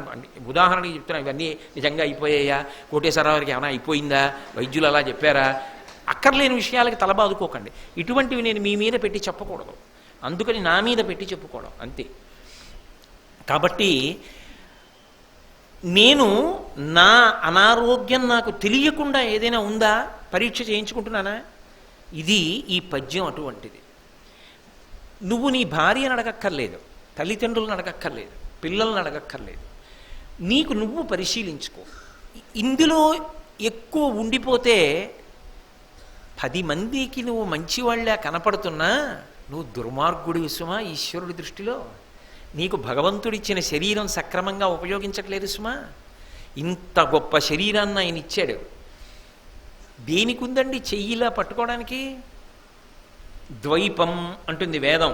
లోకంలో కేవలం 3 ప్రాణులే చేత్తో పట్టుకుని నోట్లో పెట్టుకుంటాయి. మిగిలింది ఏదైనా తినాలంటే పరిగెత్తుకొచ్చి నోటితో కొట్టి తినాలి. నేను తినాలంటే చేత్తో పట్టుకుని నోట్లో పెట్టుకుంటా. 3 ప్రాణులు తింటాయి అలా. 1 కోతి, 2 ఏనుగు తొండంతో పట్టుకుని నోట్లో పెట్టుకుంటుంది, 3 మనుష్యుడు. అంటే ఉత్కృష్ట ప్రాణులని గుర్తు. మరి భగవంతుడు ఇంత గొప్ప శరీరాన్ని ఇచ్చాడే, వాక్కునిచ్చాడే, చేతినిచ్చాడే, కాళ్ళు ఇచ్చాడే, ప్రదక్షిణం చేయగలనే, ఈ చేతులతో బెంగ పెట్టుకోకుండా ఇలా అనగలనే. మరి ఇన్ని ఆయన ఇచ్చినప్పుడు ఈ గుణములు కానీ ఉన్నాయనుకోండి, నీకు మళ్ళీ ఇది ఇవ్వడం అనవసరమని ఈశ్వరుడు తీర్పు చెప్తాడు. నీకు ఎందుకురా మళ్ళీ ఇది, నువ్వేం చేసావు దాంతో అంటాడు కదా. అందుకని ఇవి లేకుండా ఉన్నాయా నీకు నువ్వు పరిశీలనం చేసుకో. ఇవి కాపురుష గుణంబులండ్రు కౌరవనాథ. ఇవి ఉంటే నిద్ర పట్టదు, ఇవి ఉంటే నువ్వు సమాజం మనకు ఉపయోగపడవు, సరికదా. ఇవి ఉన్నవాడు తనని తాను ద్రోహం చేసుకుంటాడు, 10 మందికి మోసం చేస్తూ జీవితాన్ని గడిపేస్తాడు. దానివల్ల ఏదో బాగున్నాను అనుకుంటూ ఉంటాడంతే. కానీ బాగున్నాను అనుకుని బ్రతికేసినంత మాత్రాన ఏమిటండి ఉపయోగం? రామకృష్ణ పరమహంస చెప్తారు, ఓ పాము కప్పని పట్టుకుంది, అది ఇలా ఎత్తి నోరు చటుక్కుని లోపలికి తీసుకుంటూ ఉంటుంది. ఆ కప్పని పట్టుకుంది, విషం ఎక్కుతోంది కప్పలోకి, మెల్లిగా కొద్ది కొద్దిగా మగతొస్తోంది, ఇక ప్రాణం వదిలేయాలి. దాని ఎదురుగుండా ఏగ ఎగురుతోంది, నాలికి సాగి టప్పను పట్టుకుంది ఇంకా ఏదో తిందామని. అలా ఒక పక్క కాలం అయిపోతోంది. ప్రత్యాయాంతి గతా పునర్న దివసాహ కాలో జగద్భక్షక లక్ష్మీస్తో యతరంగ భంగచపలా విద్యుచ్చలం జీవితం తస్మాన్ మాం చరణాగతిం కరుణయా త్వం రక్ష రక్షాధున. కనీసం మనుష్యుడు అని అందరు అన్నారు కదా, నేను మనుష్యుడిలాగే ఉన్నానా అన్నది పరిశీలించుకోవడానికి ఈ 6 గుణముల గురించి ఓసారి ఎప్పుడైనా ఆలోచన చేసినది ఉన్నదా చూడవయా. లేకపోతే కాపురుష గుణంబులండ్రు కౌరవనాథ, ఇవి కాపురుష గుణములు దుర్మార్గుల యొక్క గుణములు సుమా, పరిశీలించుకో ఒకసారి. ఎంత ప్రేమగా మాట్లాడాడు. ఎవ్వరికీ చెప్పద్దు, ఇంకొకళ్ళ కితాబులు నీకొద్దు, నీకు నువ్వు సాధన చేసి పరిశీలించుకో. ఇవి ఉన్నాయేమో. ఏవి? కోపము, కోపం తెచ్చుకుంటూ అస్తమానం కోపం రావడం, తెచ్చుకోవడం ఇటు తెచ్చుకోక్కర్లేదు, అదే వస్తుంది. కోపము, ఉబ్బును, ప్రతిదానికి పొంగిపోతూ ఉండడం, నేనే చేశాను అని పొంగిపోవడం. గర్వము, కోపము, ఉబ్బును, గర్వము. గర్వము అన్న మాట కారణం ఏమిటో తెలుసా? అసలు తాను ఎవరినీ లెక్క పెట్టకుండా ఉండడానికి ఒక కారణం లేకుండానే లెక్క పెట్టకుండా బతికేయడం. అలా ఎందుకుంటాడంటే దానికి ఏం కారణం ఉండదు, కానీ అలా బతికేస్తుంటాడు. ఆయనండి వాడా అసలు ఎవరిని ఆయన అనడు. ఆయన ఎవరైనా ఒక మహాత్ముడి పేరు వాడా మనకి తెలుసండి అంటే, ఇంకొకరి పేరు చెప్పి వాడా మీకు తెలుసా, ఏదో చీకటి చెప్తాడు. అసలు ఆయనకి వెలుతురు కనపడదు. ఎవ్వడిలోనూ చెడ్డ గుణాన్ని తప్ప అసలు మంచి గుణాన్ని ఆయన మాట్లాడు. మా రామకృష్ణారావుకి ఎవరిలోనూ చెడ్డ గుణం కనపడదు, అది అదృష్టం. కాబట్టి కోపము, ఉబ్బును, గర్వము ఏ కారణం లేకుండానే, అంటే పోనీ ఆయనకన్నా ఈయనేమన్నా అధికుడా, తెలుసున్నవాడా, చదువుకున్నాడా, ఐశ్వర్యవంతుడా, బలం ఉన్నవాడా, దానికి ఏం కారణం లేదు. కానీ అన్నిటికీ ఏమంటుంటాడంటే అంటుంటాడు, ఇలా చూపిస్తుంటాడు, నాకన్నానేంటో అని. గర్వము ఎందుకు చెప్తున్నానంటే, బాగా నేను వెనకాతల మళ్ళీ ఇంకో మాట ఉంది, దానికి దీనికి తేడా తెలియాలి. కోపము, నుబ్బును, గర్వము, ఆపోవక యునికియు, తృప్తి లేకపోవడం, అసలు దేనికి తృప్తి ఉండదు వాడికి. దురభిమానము, దురభిమానము అంటే ఇక్కడ మళ్ళీ గర్వం అని అన్వయం కాదు. దురభిమానము అంటే ఏదో ఒకటి అట్టుకుంటాడు, దానివల్ల అన్నీ అంటుంటాడు. నాకన్నా ఎవడందంగా ఉంటాడండి అంటే దానొక్క దాన్ని పట్టుకుని ఇంకా మిగిలిన వాళ్ళు ఎందులో ఎంత గొప్ప వాళ్ళైనా పనికిరారు. దురభిమానము, నిర్వ్యాపారత్వము, ఏ పని చేయడు, అలా హాయిగా కూర్చున్నానంటాడు. హాయిగా అంటే ఏ పని చేయకుండా గడిపేయమంటే ఎంత సంతోషం. నిర్వ్యాపారత్వము, ఇవి కాపురుష గుణంబులండ్రు కౌరవనాథ. ఇవి దుర్మార్గులకు అంటే దుర్జనులకు ఉండేటటువంటి లక్షణాలు. ఇవి పరిశీలించుకో. అయితే ఇది ఏ సామాన్యమైన పద్యం కాదు, కొన్ని టన్నుల బరువైన పద్యం. కోపము, ఏమన్నా మరి కోపం ఉండకూడదా? అసలు కోపం ఎక్కడి నుంచి వస్తుందో తెలిస్తే దాన్ని ఏమన్నా మనం బయట ద్వారం మూసేయచ్చు. అది వచ్చేది ఎక్కడి నుంచి వస్తుంది? ఇక్కడే కూర్చుంటుంది, అవకాశం కోసం ఎదురు చూస్తుంటుంది. అవకాశం రాగానే పైకి వస్తుంది. వచ్చే ముందు నేను వచ్చేస్తున్నానని నేను చెప్పదు, నేను పట్టేసుకున్నానని నేను చెప్పదు, వచ్చేస్తుంది అంతే. కామక్రోధశ్చ లోభశ్చ దేహే తిష్టంతి తస్కరా జ్ఞానరత్నాపహారాయ తస్మాత్ జాగ్రత్త జాగ్రత్త. ఇక్కడే కూర్చుంటుంది. ఎప్పుడు వచ్చేస్తుందో తెలీదు, ఉన్మాది కింద ప్రవర్తిస్తాడు. ముందు వాక్కు భ్రంశం అయిపోతుంది, ఏం మాట్లాడుతున్నాడో తెలీదు. అందుకే కోపం వచ్చేసింది అనుకోండి, ఆయనకి కోపం వచ్చి ఎంత గొప్ప పని చేశాడండి అన్నవాడు ఎవడు ఉండడు లోకంలో. కోపం వస్తే తన ఒళ్ళు తాను మరిచిపోయి ఏ పనైనా చేస్తాడు, అకార్యం చేయకూడదు.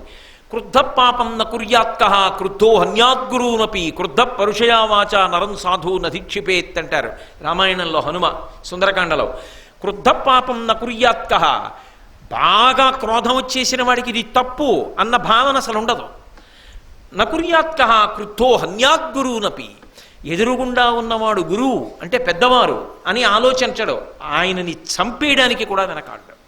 క్రుద్ధో హన్యాద్గురూనపి క్రుద్ధ పరుషయా వాచ, ఆ కోపం వచ్చేసిన వాడి మాట అదుపు తప్పిపోతుంది, వెంటనే ఏకవచన ప్రయోగం చేస్తాడు. ఒరే అంటాడు, నిందావాక్యములను పలుకుతాడు, అసహ్యకరంగా, అనాగరికంగా, సంస్కృతి రహితంగా మాట్లాడడం మొదలు పెడతాడు. క్రుద్ధ పాపం నకుర్యాత్క క్రుద్ధో హన్యాద్గురూనపి క్రుద్ధ పరుషయావాచ నరం సాధు నధిక్షిపేత్.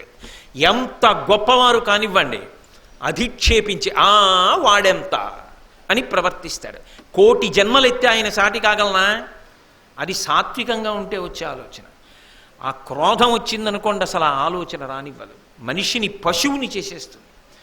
కాబట్టి ధన్యాస్తే పురుష శ్రేష్టా ఏ బుద్ధ్యా కోపముద్ధితం నిరుంధంతి మహాత్మానో దీప్తమగ్ని వివాంభస. అగ్ని రగులుతోందనుకోండి, దాని మీద నీళ్లు పోసినవాడు ప్రాజ్ఞుడు, దాన్ని ఆర్పుతాడు. అలాగే ధన్యాస్తే పురుష శ్రేష్టా ఏ బుద్ధ్యా కోపముద్ధితం నిరుంధంతి మహాత్మానో దీప్తమగ్ని వివాంభస. అగ్నిని నీటితో చల్లార్చినట్టు అంతఃపరిశీలనం చేత తన కోపాన్ని తాను తగ్గించుకున్నవాడెవడో వాడు ధన్యాస్తే పురుషశ్రేష్టా, వాడు ధన్యాత్ముడు. అయితే ఎలా కోపాన్ని పరిశీలించడం? అది వచ్చి పట్టేసుకున్నాక పరిశీలించడం ఎలా అంటే, కోపం వచ్చినటువంటి సందర్భంలో కానీ, కోపానికి వశపడిపోతున్నాను, ఊగిపోతున్నాను అనుకున్నప్పుడు కానీ మొట్టమొదట నువ్వు ఒక్కడివే కూర్చో. అసలు ఎవరితో అన్వయం కావద్దు. ముందు ప్రశాంతపడిపో, ఒక్కడివే కూర్చో. కూర్చుని ఒక విషయాన్ని ఆలోచించు. మంచిదే, కోపం తెచ్చుకున్నాను. ఎందుకు కోపం వచ్చింది? అవతల వారు తప్పు చేశారు కనుక. మంచిదే, అవతల వారు తప్పు చేశారు కాదు అంటే ఒప్పుకుంటాడు ఆ సమయంలో? ఖచ్చితంగా సత్యమే, అవతల వాడు తప్పు చేశాడు కాదన్నాం. అయితే తప్పు చేసిన వాడికి శిక్ష వెయ్యడానికి తప్పు చేయని వాడైతేనే అధికారం. నీ జీవితంలో ఎప్పుడూ నువ్వు తప్పు చేయలేదా? నిరుంధంతి మహాత్మానో దీప్తమగ్ని వివాంభస. ఇప్పుడు అగ్ని మీద నీళ్లు పోస్తున్నాడు. నువ్వెప్పుడూ తప్పు చేయకపోతే అవతల వారికి శిక్ష వెయ్యి. ఇంగ్లీష్లో ఒక ప్రొవెర్బ్ ఉంది, polluted hands cannot touch the pure fountain of justice అని. నా చేతులే మలినంగా ఉంటే నేను పరిశుద్ధమైన న్యాయపాత్రను ఎలా ముట్టుకుంటాను? ముట్టుకోలేను, మలినమవుతుంది ఆ నీరు కూడా. అలాగే నేను ఏ తప్పు చేయని వాడనైతే వాడు తప్పు చేశాడని చెప్పాలి. నేను చేయలేదా? ఇవ్వాలంటే విదురునీతి చెప్తున్నా, ఏ తప్పు జీవితంలో చేయలేదా? పరమేశ్వరుడు యొక్క అనుగ్రహం చేత భయంకరమైన దోషాలు ఎప్పుడూ చెయ్యలేదు. కానీ సూర్యోదయం అయిపోయినా కూడా లేవకుండా నిద్రపోయిన రోజు లేదా? సూర్యాస్తమయం అవుతున్నా కూడా నిద్రపోకూడదని తెలిసి నిద్రపోయిన రోజులు లేవా? ఉన్నాయి. కొన్ని తప్పులు చేసిన ఉన్నాయి. కానీ భయంకరమైన దోషాలు మాత్రం పరమేశ్వరుడు అనుగ్రహం వల్ల నేను ఎన్నడూ చెయ్యకుండా నన్ను గట్టెక్కించాడు.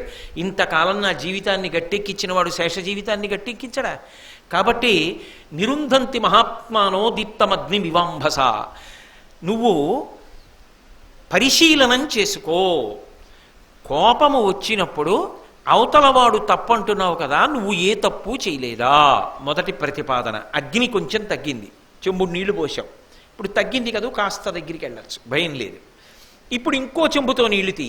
ఏమిటా రెండో చెంబుతో నీళ్లు? ఒకడు తప్పు చేశాడు, శిక్ష వేసి మార్చగలవా? 4 ఈడ్చి చెంప మీద కొట్టావు, మారతాడని నమ్మకం ఉందా?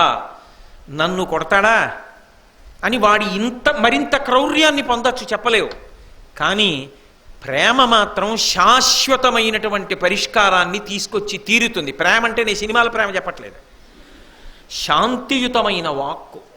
నిజంగా అవతల వాళ్ళ అభ్యున్నతి గురించి, అయ్యో తప్పు చేశాడా, ఈయన ఈ తప్పు ఇక మళ్ళీ మళ్ళీ చెయ్యకుండా ఈయనని భగవంతుడు అనుగ్రహించుగాక, ఈయనకి సంస్కార బలమును పరదేవత ఇచ్చుగాక అని నేను త్రికరణ శుద్ధిగా భగవంతుణ్ణి ప్రార్థన చేశాననుకోండి, అది ప్రేమ.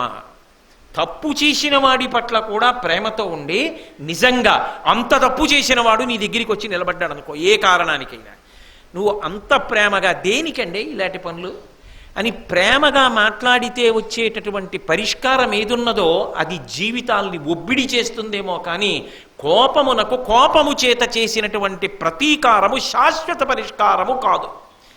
అవతలవాడు బుద్ధి తెచ్చుకుని మారితే ఏమో నేను చెప్పలేను, కానీ అన్ని వేళలా పరిష్కారం అవుతుందని చెప్పడం కుదరదు. అహంకారము దాన్ని మరింత పతనమవడానికి కారణం చెయ్యొచ్చు. ప్రేమ చేసినది కోపము చెయ్యదు. ఎందుకు ఈ కోపం నాకు? కాబట్టి నేను కోపం వదిలి ప్రేమను ఆశ్రయిస్తాను అన్నారనుకోండి, ఉత్తర క్షణంలో ఆ కోపం తగ్గుతుంది. అందుకే ప్రేమ భావన పొందాలి వెంటనే. మీకు ఒక ఉదాహరణకి చెప్తున్నాను సుమండి. ఏదో నా భార్య మీద నాకు కోపం వచ్చింది అనుకో, ఏదో చిన్న దోషం చేసింది, నాకు కోపం వచ్చింది. కోపం రాగానే ఏమనిపిస్తుంది?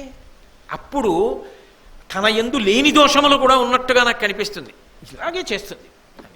అప్పుడు అధికారం ఉందిగా భర్త, ఏదో అనాలనిపిస్తుంది. అప్పుడు ఎంతటి ప్రేమైకమూర్తి, నీ జీవితంలో కష్టసుఖాల్లో నీతో ఎలా కలిసి నడిచింది, ఎన్నిసార్లు నీ మనశ్శాంతికి ఆమె కారణం, అసలు నీ జీవితంలో నువ్వు ఊంచుకుని నిలబడడానికి ఆమె నీకు ఎంత ఆధారభూతమైంది.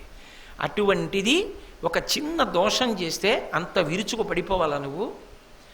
ప్రేమగా ఏమి ఇలా చేసావు, జాగ్రత్తగా చూడు అని ఒక మాట అనలేవా అని నేను అనుకున్నాను అనుకోండి, ఆమె యందున్న ప్రేమని స్మరించాను అనుకోండి, నేను ప్రశాంతంగా ఉంటా, నా వాక్కుకు పారుష్యం ఉండదు. అందుకే ఇది పరిశీలనం చేసుకుని విడిచిపెట్టే ప్రయత్నం నువ్వేమైనా చేస్తున్నావా? లేకపోతే నాకండి చాలా కోపం వస్తుందండి, అందుకే హడిలిపోతారు నన్ను చూస్తే, అదో పెద్ద గొప్ప విశేషమా? నేను ఇలా వస్తున్నాననేటప్పటికే పిల్లలకి హడల్, మా ఆవిడికి హడల్, నేనున్నంతసేపు ఇంటెన్సివ్ కేర్ యూనిట్లా ఉంటుంది మా ఇల్లు. ఏమిటి దానివల్ల గొప్ప? ఏమిటది గొప్ప? నిన్ను నువ్వు ఎప్పుడు పరిశీలించుకుంటావు మరి? అంటే నా బోటిగాడి గురించి నేను చెప్తున్నది, మీ గురించి కాదు. కాబట్టి కోపము అది ప్రమాదహేతు సుమా. దానివల్ల నువ్వు చెయ్యరాని పని చేసి పాడైపోతావు, కోట్ల జన్మల కిందకి వెళ్ళిపోతావు మళ్ళీ. అందుకని పరిశీలించుకో, జాగ్రత్త పడు. కోపము ఉబ్బును అంటే ప్రతి చిన్న విషయానికి కూడా ఇది నేనే చేశానని పొంగిపోతూ ఉంటాడు. ఆ పొంగు పొంగు పొంగు పొంగు చిట్ట చివరికి ఎక్కడికి వెళ్ళిపోతుందంటే, ఎక్కడో అక్కడ దానికి ఒక చిన్న ఇబ్బంది వస్తుందనుకోండి, అప్పుడు మాత్రం పెద్ద నిందావాక్యం ఒకటి పలికేసి దిక్కుమాలింది, ఇది నాదేమిటి పాని అంటాడంతే. అంటే ఇది నాది అని అంత పొంగు నువ్వు పొందినదైతే అది పాడవుతున్నప్పుడు కూడా నువ్వే దానికి కర్తవ్యతానిష్టతో ఉండి, అరే ఇది పాడవుతోందని బెంగ కూడా పెట్టుకుని దానికి నువ్వే కదా సంరక్షించడానికి కూడా పూనుకుని ఏదో చెయ్యాలి, బాధతో కదా అది పూర్తవ్వాలి నీ చేయి దాటితే. అలా ఉండదు. రామకృష్ణ పరమహంస దీనికి ఒక అద్భుతమైనటువంటి ఉదాహరణ చెప్తారు.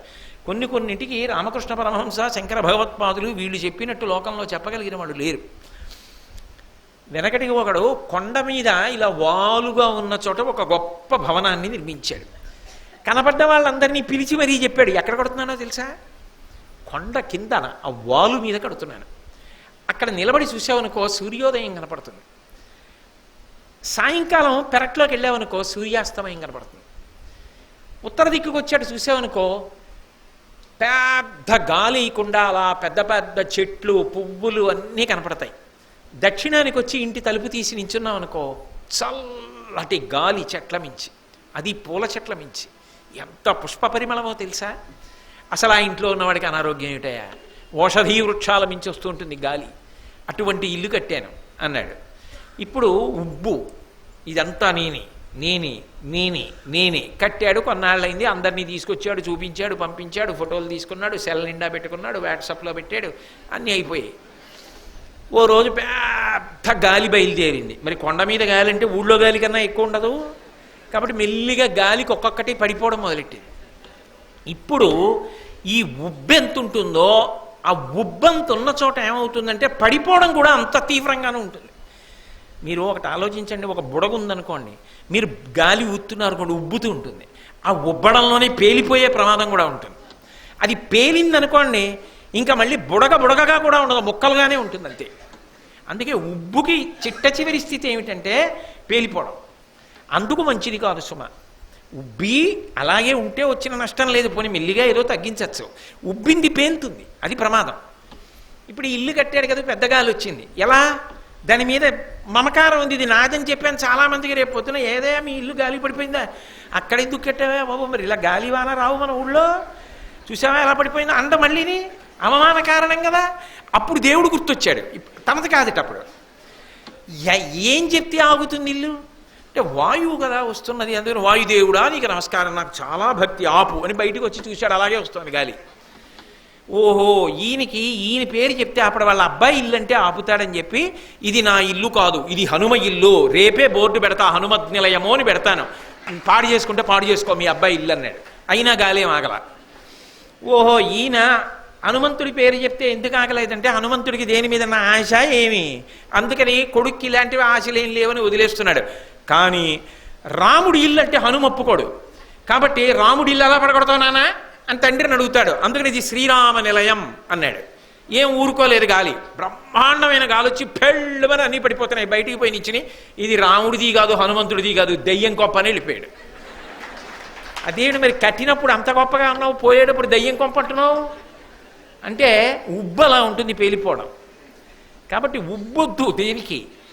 దానికి పరిష్కారం ఏమిటి అంటే పొందకుండా ఉండలేవు గృహస్థాశ్రమంలో. మా అబ్బాయి అనకుండా ఎలా ఉంటావు, మా అమ్మాయి అనకుండా ఎలా ఉంటావు, మా ఇల్లండి అనకుండా ఎలా ఉంటావు, నేనేనండి ప్రవచనం చేసింది అనకుండా ఎలా ఉంటావు అనుకో.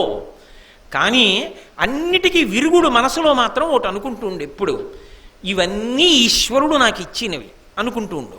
ఇవన్నీ భగవంతుడు ఇచ్చాడు నాకు, భగవంతుడు నాకు ఇచ్చి ఆయన ఎంతో సంతోషంగా నా చేత ఇవన్నీ చేయిస్తున్నాడు.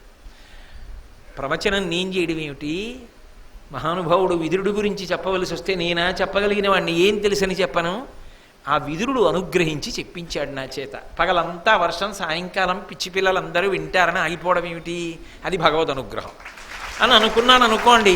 ఉబ్బు లేదు పేలడం లేదు, రెండూ లేవు. దానికి కారణం వాడు, కాబట్టి వాడు ఉబ్బవలసిన వాడు, వాడికి ఉబ్బడం ఉందేమో కానీ పేలడం లేదు, కాబట్టి గొడవే లేదు. కాబట్టి నీ మీద పెట్టుకోకు, వాడి మీద పెట్టు. కొడుకు మంచివాడు, నా గొప్ప కాదు, మంచి కొడుకుని అందామని సంకల్పాలు ఉంటాయేమిటి, కొడుకుని అందామని సంకల్పం ఉంటుంది. కానీ ఈశ్వరానుగ్రహం మాట విని కొడుకునిచ్చాడు. ఈశ్వరానుగ్రహం స్వగృహేని సంకల్పం చెప్పుకొని ఏ చిన్న ఇల్లు, ఓ చిన్న ఇల్లుంది కాకినాడలో. ఈశ్వరానుగ్రహం ఒకళ్ళ దగ్గర చేయి చాపన అవసరం లేకుండా హాయిగా న్యాయంగా సంపాదించుకు తినడానికి భగవంతుడు ఉద్యోగం ఇచ్చాడు. ఈశ్వరానుగ్రహం అనుకూలవతినైన భార్యనిచ్చాడు. నీకున్న వాటి గురించి నువ్వు సంతోషించవు, కానీ అది ఈశ్వరానుగ్రహం అంటూ.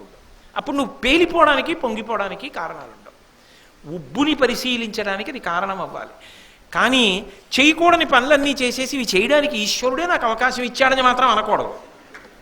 అలా అన్వయం చేయడాన్ని శాస్త్రం అంగీకరించదు. కాబట్టి ఈ ఉబ్బుని పరిశీలించుకోవడం వచ్చిందనుకోండి, అఘటనాఘటన కార్యములు కూడా అవుతాయి. ఎందుకంటే ఉబ్బు లేకపోవడమే ఈశ్వరానుగ్రహానికి కారణం. నీకు ఒకప్పుడు సంతోషించే కారణాలు ఉన్నాయి కానీ దుఃఖపడడానికి కారణాలు లేవు. అప్పుడు నువ్వేమన్నావు, ఇది నాది కాదు నీ వల్ల అన్నావు. అదే ఈశ్వరుడు సంతోషించడానికి కారణం. కష్టం వచ్చినప్పుడల్లా గుర్తొచ్చి సుఖంగా ఉన్నప్పుడు మాత్రం ఎప్పుడూ గుర్తురాననుకోండి, చిరాకేస్తుందా వేయదా? మరి అటువంటప్పుడు భగవంతుని యొక్క ప్రీతికి కారణం కూడా ఏమిటి అంటే సుఖదుఖముల యందు ఒక రకమైన భావన, రెండిటి యందు ఆయనే గుర్తు రావడం. అప్పుడు ఉబ్బడానికి ఉండదు, పేలిపోవడానికి ఉండదు. నేను మీకు దానికి విరుగుడుగా ఉదాహరణ చూపించాలి అంటే రామకృష్ణ పరమహంసే ఒకప్పుడు ఒక మాట చెప్తారు. ఒక వ్యక్తికి కొడుకున్నాడు, ఒక్కడే కొడుకు. ఆ ఒక్క కొడుక్కి తీవ్రమైన అనారోగ్యం చేసింది. వైద్యుడిని పిలిచి అడిగాడు, అయ్యా ఇంత అనారోగ్యం చేసింది, నా కొడుకు బ్రతుకుతాడా అని అడిగాడు. నీ కొడుకు బ్రతకడం కష్టం, ఈ అనారోగ్యము చేత వెళ్ళిపోతాడు, కానీ ఒక్కటి చేస్తే మాత్రం దక్కుతాడు. మనిషి యొక్క పుర్రెలో అంటే ఎప్పుడో సహజంగా చచ్చిపోయిన వాడిని కాల్ చేసిన తర్వాత మిగిలిపోయిన పుర్రె అని నా ఉద్దేశ్యం. ఆ పుర్రె చేత్తో పట్టుకుంటే స్వాతి చినుకు అందులో పడాలి పుర్రెలో. స్వాతి చినుకు ఎక్కడ పడుతుందని పరిగెడతావు? స్వాతి చినుకు పుర్రెలో పడాలి. అందులో కొద్దిగా స్వాతి చినుకులు పడి నీరు పడిన తర్వాత ఒక భయంకరమైన త్రాచుపాం విషం 2-3 చుక్కలు అందులో పడాలి.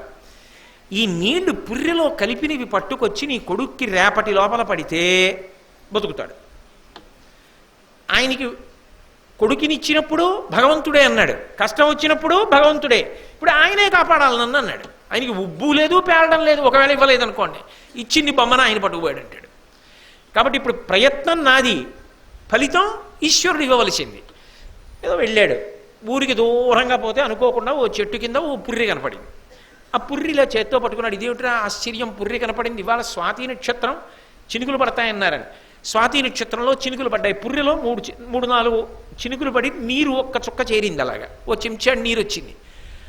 ఎంత ఆశ్చర్యం, ఈశ్వరానుగ్రహం అని చూస్తున్నాడు. ఈలోగా ఆ పక్కనే చెట్టు తొర్రలో పడుకునుంది ఒక త్రాచుపం. దూరంగా ఒక కప్ప కనపడింది. దాన్ని పట్టుకుందామని చెప్పి త్రాచుపం పడగ విప్పింది.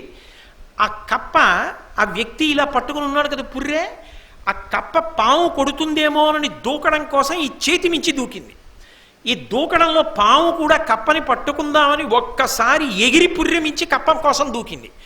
ఆ దూకడంలో కప్పని పట్టుకుంటాననుకుంటూ దూకుతోంది కాబట్టి దాని యొక్క కోరలలోంచి 2-3 విషపు చుక్కలు పుర్రెలో పడ్డాయి. పాము కప్ప వేపుగా పడి పట్టుకుని వెళ్ళిపోయింది. ఈయనకి కపాలమునందు స్వాతి చినుకులతో కూడినటువంటి నాగుపాము యొక్క విషం, త్రాచుపాము విషం దొరికిందా లేదా? పరిగెత్తుకుంటూ ఇంటికి వచ్చాడు. ఎలా దొరికిందిరా అని వైద్యుడు 3 చుక్కలు పిల్లాడికి వేశాడు. లేచి కొడుకు కూర్చున్నాడు. ఇప్పుడు ఉబ్బు లేని చోట పగలిపోవడం కూడా లేదు. రెండిటి యందు ఈశ్వరానుగ్రహమే నిలబడింది. ఇది జీవితంలో అలవాటు కాకపోతే అన్నిటికీ కర్తృత్వం నీ మీద పెట్టేసుకుని పొంగిపోతే పేలిపోవడం కూడా నీదే అయిపోతుంది. అలా వద్దు సుమా. అది కాపురుష గుణంబులండ్రు. వాడు శాశ్వత కీర్తిని సంపాదించలేడు. కాబట్టి ఆ ఉబ్బిపోవడం అన్న లక్షణాన్ని పక్కన పెట్టి అప్పుడే వినయం నిలబడుతుంది. లేకపోతే అయిన దానికి కాందానికి నేనే కారణం అంటుంటే అది అహంకారానికి కారణమైపోతుంది. వాడిని ఎవరు పట్టుకోలేరు. ఇంకా దానివల్ల అందరికీ దూరం అవుతాడు. కాబట్టి కోపము, ఉబ్బును, గర్వము అంటే నేను మీతో మనవి చేశాను కదా, దానికి ఏ కారణం ఉండదు. నేను దానికి ఉదాహరణలు ఎందుకంటే చెప్పడం, దుర్యోధనుడిని మీరు చూడలా, సమసమాజంలో మీకు కనపట్టాలా? కొంతమంది ఉంటారు, అధికారిని ఏకవచన ప్రయోగం చేస్తాడు, ప్రభుత్వాన్ని నడిపే వ్యక్తిని ఏకవచన ప్రయోగం చేస్తాడు, మహాత్ముణ్ణి ఏకవచన ప్రయోగం చేస్తాడు, తండ్రిని ఏకవచన ప్రయోగం చేస్తాడు, పెద్దన్న గారిని ఏకవచన ప్రయోగం చేస్తాడు. ఒక్క తన గురించి చెప్పుకునేటప్పుడు మాత్రం బహువచనం మేము అంటాడు.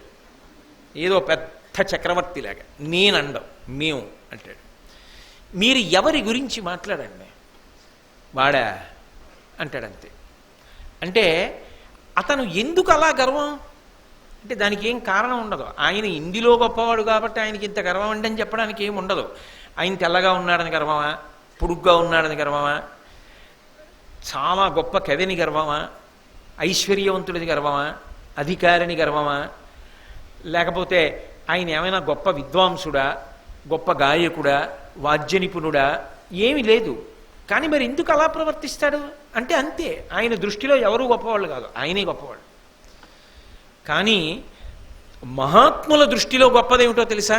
సమస్త సృష్టి. అసలు రామచంద్రమూర్తి రామాయణం మీరు చదవండి, 24,000 శ్లోకాలలో రాముడు ఏ ఒక్కడిని ఉద్దేశించి కూడా వీడు పనికి మాలిన వాడన్న మాట అనడు.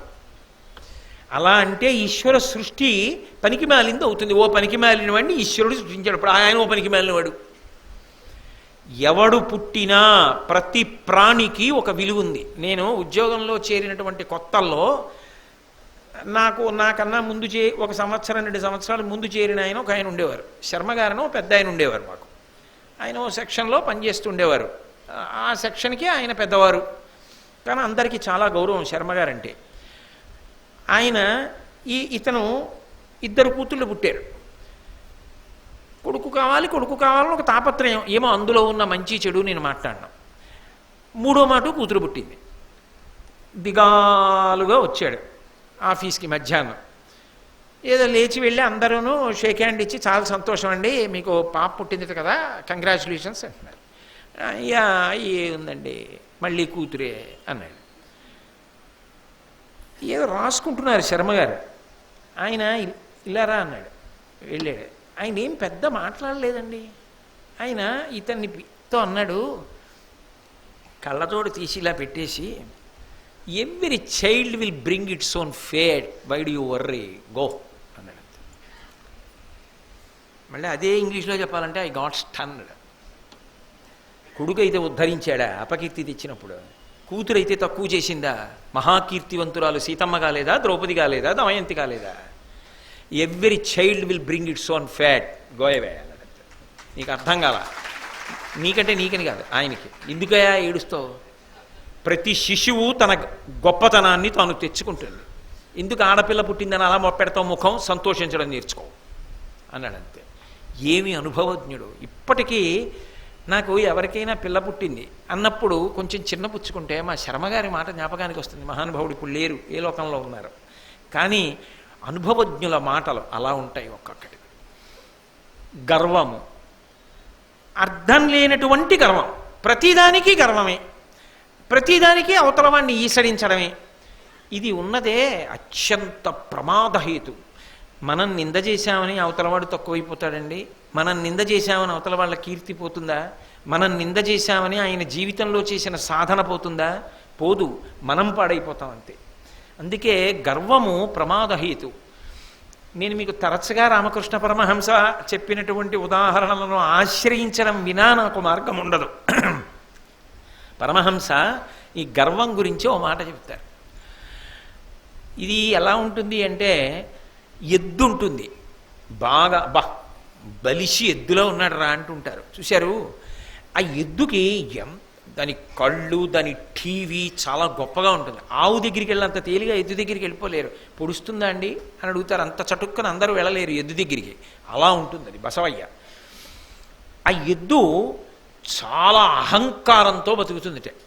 అందుకే భగవంతుడు అన్నిటి పట్ల నువ్వు అహంకార ధోరణితో ఉన్నావు కాబట్టి అని హంబా అంటుంది. అంబా అని ఆవు అంటుంది. హంబా అంటే బెంగాలీ భాషలో నేను అని అర్థంట. నేను అని అహంకారం పొందింది కాబట్టి ఇక్కడే పుడుతుంది పుండు. పుడితే రైతు ఏం చేస్తాడంటే పెద్ద పుండు పుడుతుంది. మీరు ఎప్పుడన్నా చూశారో లేదో నాకు తెలియదు, నా అదృష్టం ఏంటో నాకే కనపడతాయి అలాంటివన్నీ. ఆ పుండుని ఒత్తిగిలిస్తారు. చర్మం ఇలా కదులుతుంది కదండి, మెడ మీద చర్మం కదులుతుంది. ఆ పుండు ఒత్తిగిలించి కాడి పెడతారు, పెట్టి బండి నడుపుతారు.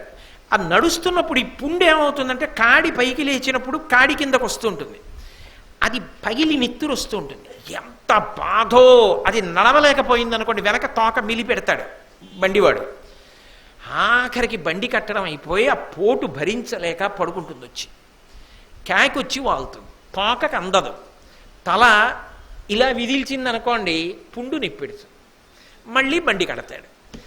అంత బాధపడినా హంబా అండం మాత్రం మాందం. నేను అని గర్వపడినందుకు పెట్టేట ఈశ్వరుడిది. ఆఖరికి శరీరం పడిపోయింది. తోలు ఒలిచి డప్పు చేశారు, డప్పు కొట్టారు, డామ్ డామ్ డామ్ అంది. కానీ ఈశ్వర నువ్వు అన్న మాట అనలేకపోయింది. తోలు ఒలిచి డప్పు కొట్టి వదిలిపెట్లా. డప్పు వాయించవలసి వచ్చినప్పుడల్లా 4 గడ్డి పరకలు తీసుకొచ్చి మంట వేసి దాని దగ్గర పెడుతుంటారు. ఈ చర్మాన్ని తీసుకెళ్ళి డప్పు కొట్టేవాళ్ళని మీరు చూశారో లేదో, మంట వేసి దాని దగ్గర పెట్టి తర్వాత డప్పు కొడుతుంటారు. ఆ చర్మం మంట దగ్గర కాలుతూనే ఉంటుంది. అయినా డామ్ డామ్ డామ్ అంది. కానీ నువ్వు అనలేకపోయింది. ప్రేగులు తీసి దండికి కట్టి దూది ఏకేటప్పుడు వేరొక కర్ర లాంటిది చేతిలో పట్టుకుని ఆ దూది మధ్యలో పెట్టి ఆ ప్రేగుని కొడతారు. కొడుతూ ఉంటే ఆ దూది పైకి రేగుతూ ఉంటుంది, మెత్తగా అవుతుంది, విచ్చుకుని ఏకుతున్నారు అంటారు కదా దూదిని. ఆ ప్రక్రియ ఎందు ఏమవుతుందంటే ఆ ప్రేగు తూహు తూహు తూహు అంటుంది. అంటే నువ్వు నువ్వు నువ్వు అంటుంది. అప్పుడు ఎద్దు యొక్క జీవుడు మోక్షాన్ని పొందాడు. హంబా నేను నేను అన్నందుకు మెడ మీద పుండు, తోలు ఒలిచి డప్పు, కాళ్ళ కింద చెప్పు. అప్పుడు కూడా కిర్రు కిర్రు కిర్రు అంది. కానీ తూహు తూహు అనలేకపోయింది. ప్రేగుని కొట్టినప్పుడు తూహు అంది. అప్పుడు తరించింది ఆ జీవుడు. ఎందుకు నేను నేను అని ఇలా చూపిస్తావు 10 మాటలు? ఇలా చూపించిన ఈ శరీరం 7 ధాతువులతో ఒకనాడు అమ్మ కడుపులో పడుకుంది చీకట్లో. బయటికి వచ్చిన తరువాత అన్నం తిని బయటికి వచ్చింది. అమ్మ పాలు పట్టింది కాబట్టి అమ్మదా? నాన్నగారి తేజస్సు వల్ల వచ్చింది కాబట్టి నాన్నగారిదా? బయట అన్నం తింటే నువ్వు బ్రతికావు కాబట్టి అన్నాన్ని సంపాదించి తెచ్చినటువంటి అన్నగారు మొదలైన వాళ్ళు ఉన్నారు, వాళ్ళదా? పెద్దవాడు అయిన తర్వాత ఉద్యోగం చేస్తే 4 రూపాయలు వస్తే తిన్నావు, ఆ ఉద్యోగం ఇచ్చి డబ్బిచ్చినటువంటి ప్రభుత్వానిదా ఈ శరీరం? చిట్ట చివర ముసలివాడి అయిపోతే పోషించినటువంటి కొడుకుదా? ఆఖరణ ఊపిరాగిపోయిన తర్వాత కట్టెల్లో పెట్టి కాల్చేసినప్పుడు వెంట్రుకలు గాలికి ఊడిపోయి దూరంగా ఎగిరి చెట్టును పట్టుకుంటే వెంట్రుకలకు ఆశ్రయం ఇచ్చాయి కాబట్టి చెట్టుదా? నెత్తురు ముద్దల ముద్దలుగా జారి భూమి మీద పడిపోతే భూమి పీల్చేసింది కాబట్టి భూమిదా? అస్థికల ఆఖరికి మిగిలిపోతే తెచ్చి కుండలో పెట్టి కొడుకు తీసుకెళ్లి గంగలో కలిపాడు కాబట్టి గంగదా? ఎవరిది శరీరం అని? దేనికోసం ఇన్ని మాటలు ఇలా అంటావు? అనకు. వాడు వాడిది, వాడు వాడిది అను. నేను నాది వదిలిపెట్టడం నేర్చుకో, ప్రయత్నం చేయలేని నాడు పాడైపోతావు. దానితోనే బ్రతికేయడం మంచిది కాదు సుమా. ఎప్పుడు చెప్పిన మాట విదురుడిది. ఎవరికి చెప్పినది? సమస్త మానవాళికి సాధన కొరకు నేర్పుతున్నాడు. దీన్ని పరిశీలించడం చేత కాకపోతే అయిందానికి కాందానికి ఇలాగే అండం నేర్చుకుంటే ఆ జీవితానికి అభ్యున్నతి లేదు సుమా. కాబట్టి కోపము, ఉబ్బును, గర్వము, ఆపోవక యునికియును అంటే తృప్తి లేకపోవడం. శంకర భగవత్పాదులు భజగోవిందం చేస్తూ అంటారు, మూఢజహీహి ధనాగమ తృష్ణ కురు సద్బుద్ధిం మనసి వితృష్ణ ఎల్లభసే నిజ కర్మోపాత్తం వితంతేన వినోదయ చిత్తం అంటారు. తృప్తి బయటి పదార్థముల చేత వచ్చేది కాదు. మీరొక్కటి బాగా గుర్తుపెట్టుకోండి. డబ్బు, తృప్తి రెండూ ఒకదాని మీద ఒకటి ఆధారపడినది నిజమైతే ఎంత డబ్బు ఉంటే తృప్తిగా ఉంటాడన్నది నాకు చెప్పండి. అంత సంపాదించి వదిలేయచ్చు. అలా ఉండదు. డబ్బు, తృప్తి మంట, నెయ్యి. మంటలో నెయ్యి పోశారనుకోండి, పలచగా నీళ్ళలా ఉందని ఆరుతుందా? భగ్గున పైకి లేస్తుంది. ఇవాళ 1,00,000 రూపాయలు ఉన్నాయి, దానికి తగ్గ కోరిక తీర్చుకుంటాం. ఇంకొక 10 లక్షలు ఉంటే బాగుండు, ఇది కూడా చేద్దాను. ఆ 10 లక్షల కోసం పరిగెత్తావు, కాలం అయిపోతోంది, ధర్మం తప్పిపోయావు, మనిషిలా లేవు. తృణావర్తోపాఖ్యానం భాగవతంలో అదే. గడ్డి పరకవైపోయావు, ఆశ తిప్పేస్తోంది, సుడిగాలిలా తిరుగుతున్నావు, కళ్ళు కనపట్టల్లా దుమ్ము పడిపోయింది, పరిగెడుతున్నావు, తెస్తున్నావు, మళ్ళీ ఇంకో కోరిక పుడుతోంది, మళ్ళీ పరిగెడుతున్నావు, మళ్ళీ తెస్తున్నావు, మళ్ళీ తీర్చుకుంటున్నావు, మళ్ళీ పరిగెడుతున్నావు. ఏది తృప్తి జీవితంలో? ఎంత సంపాదిస్తే తృప్తి? నేను సంపాదించగలిగినంత నా కొరకు, నా కొడుకు కొరకు, మనవల కొరకు, మునిమనవల కొరకు, ఇనుమనవల కొరకు, అంతేముందండి దానికి. అంటే వాళ్ళెవరేం చేయక్కర్లేదా? ఇదంతా తింటూ కూర్చోడమేనా? దానికి అర్థం ఉండక్కర్లేదా? ఒక కుక్క దాని పిల్ల తనంత తాను ఆహారం సంపాదించే వరకు పెంచుతోంది. ఒక పక్షి దాని పిల్ల అది ఆహారం సంపాదించుకునే వరకు పెంచుతోంది. నువ్వెందుకు నీ జీవితాన్ని పాడు చేసుకంత సంపాదిస్తావు? ఆ సంపాదన కోసం తిరగడం సమయాన్ని పాడు చేసేస్తున్నావా? చెయ్యి, వద్దని ఎవ్వరూ చెప్పలేదు. డబ్బు సంపాదించవద్దని ఏ శాస్త్రము చెప్పలా. కానీ తృష్ణ వద్దు. అమితముగా అపారమైన ఆశతో డబ్బు వెంట పరుగులు తీసి జీవితాన్ని పాడు చేసుకోవద్దు. అది తిరగబడి కాటు వేసిన నాడు మాత్రం మిగిలిపోయేది అపకీర్తి ఒక్కటే తప్ప అది నీకు సుఖంగా నిద్రపట్టనివ్వదు, ప్రశాంతంగా ఉండనివ్వదు. అన్నిటికన్నా పెద్ద ప్రమాదం ఎక్కడొస్తుందో తెలుసా? అన్యాయంగా సంపాదించి తీసుకుని వచ్చిన డబ్బు ఇంట్లో ఉండగా ఏ చిన్న ఇబ్బంది రానివ్వండి భయమే. ఇది చేశాను కదా, కట్టి కుడుపుతోందా, కొడుక్కి జ్వరం వచ్చిందనుకోండి భయమే. అయ్యో బాబోయ్, ఇలా సంపాదించి తెచ్చాను కదా, ఇది ఏదో పెద్ద అనారోగ్యం అయిపోయి చాలా డబ్బు ఖర్చు అయిపోదు కదా, తెచ్చిన డబ్బు ఒంటికి వచ్చిందనుకోండి భయమే. ఏమో ఇలా తెచ్చా కదా, న్యాయంగా తెచ్చారనుకోండి హాయ్, పరమేశ్వర అనుగ్రహం. నేనేం నీతి తప్పానా ఏమి, ధర్మం తప్పానా ఏమి, సర్వేశ్వరుడు లేడు నన్ను కాపాడడానికి, తల కింద చెయ్యి పట్టుకుని నిద్రపోతావు. ధృతరాష్ట్ర మహారాజా, అందుకు నీకు నిద్ర పట్టదు. కాబట్టి తృప్తి అన్నది ఉండాలి. కొన్నిటి యందు తృప్తి ఉండడానికి వీల్లేదు. జీవితంలో ఆఖరి ఊరి వరకు తృప్తి ఉండకూడదు. కొన్ని ఏవి? విద్యయందు వాంఛా పరివృద్ధియును ప్రకృతి సిద్ధగుణంబులు సజ్జనాళికిన్.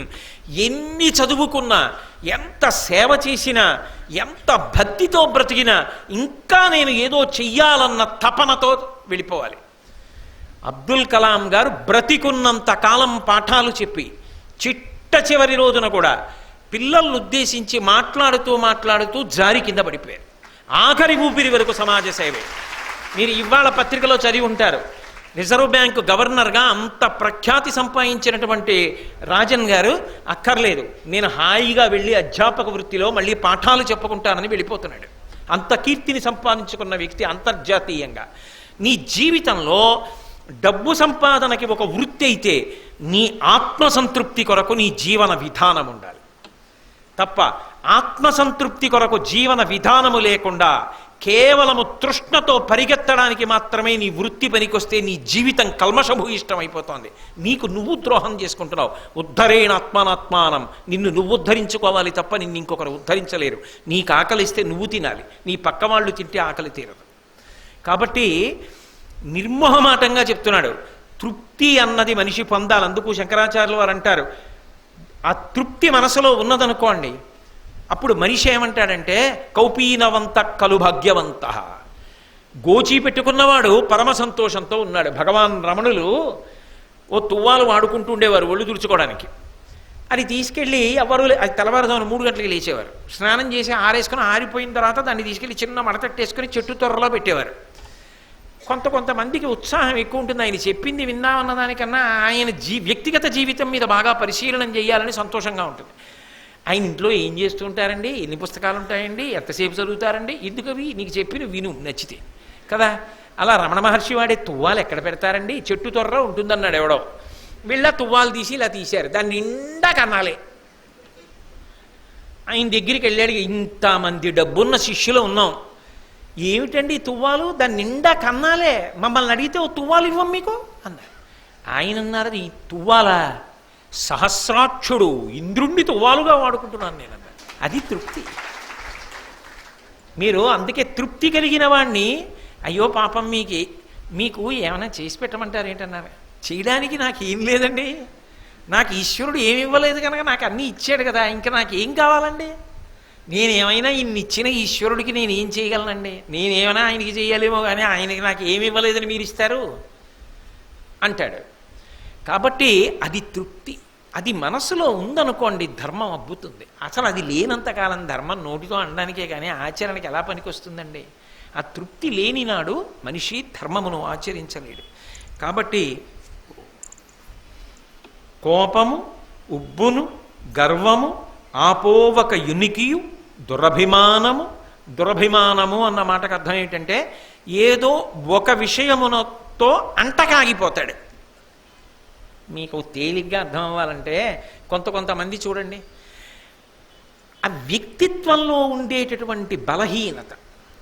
ఇప్పుడు ఏదో గోరు చుట్టేసింది, దానికో నిమ్మకాయ ఎట్టమన్నారు ఎవరో, నిమ్మకాయ ఎట్టారు.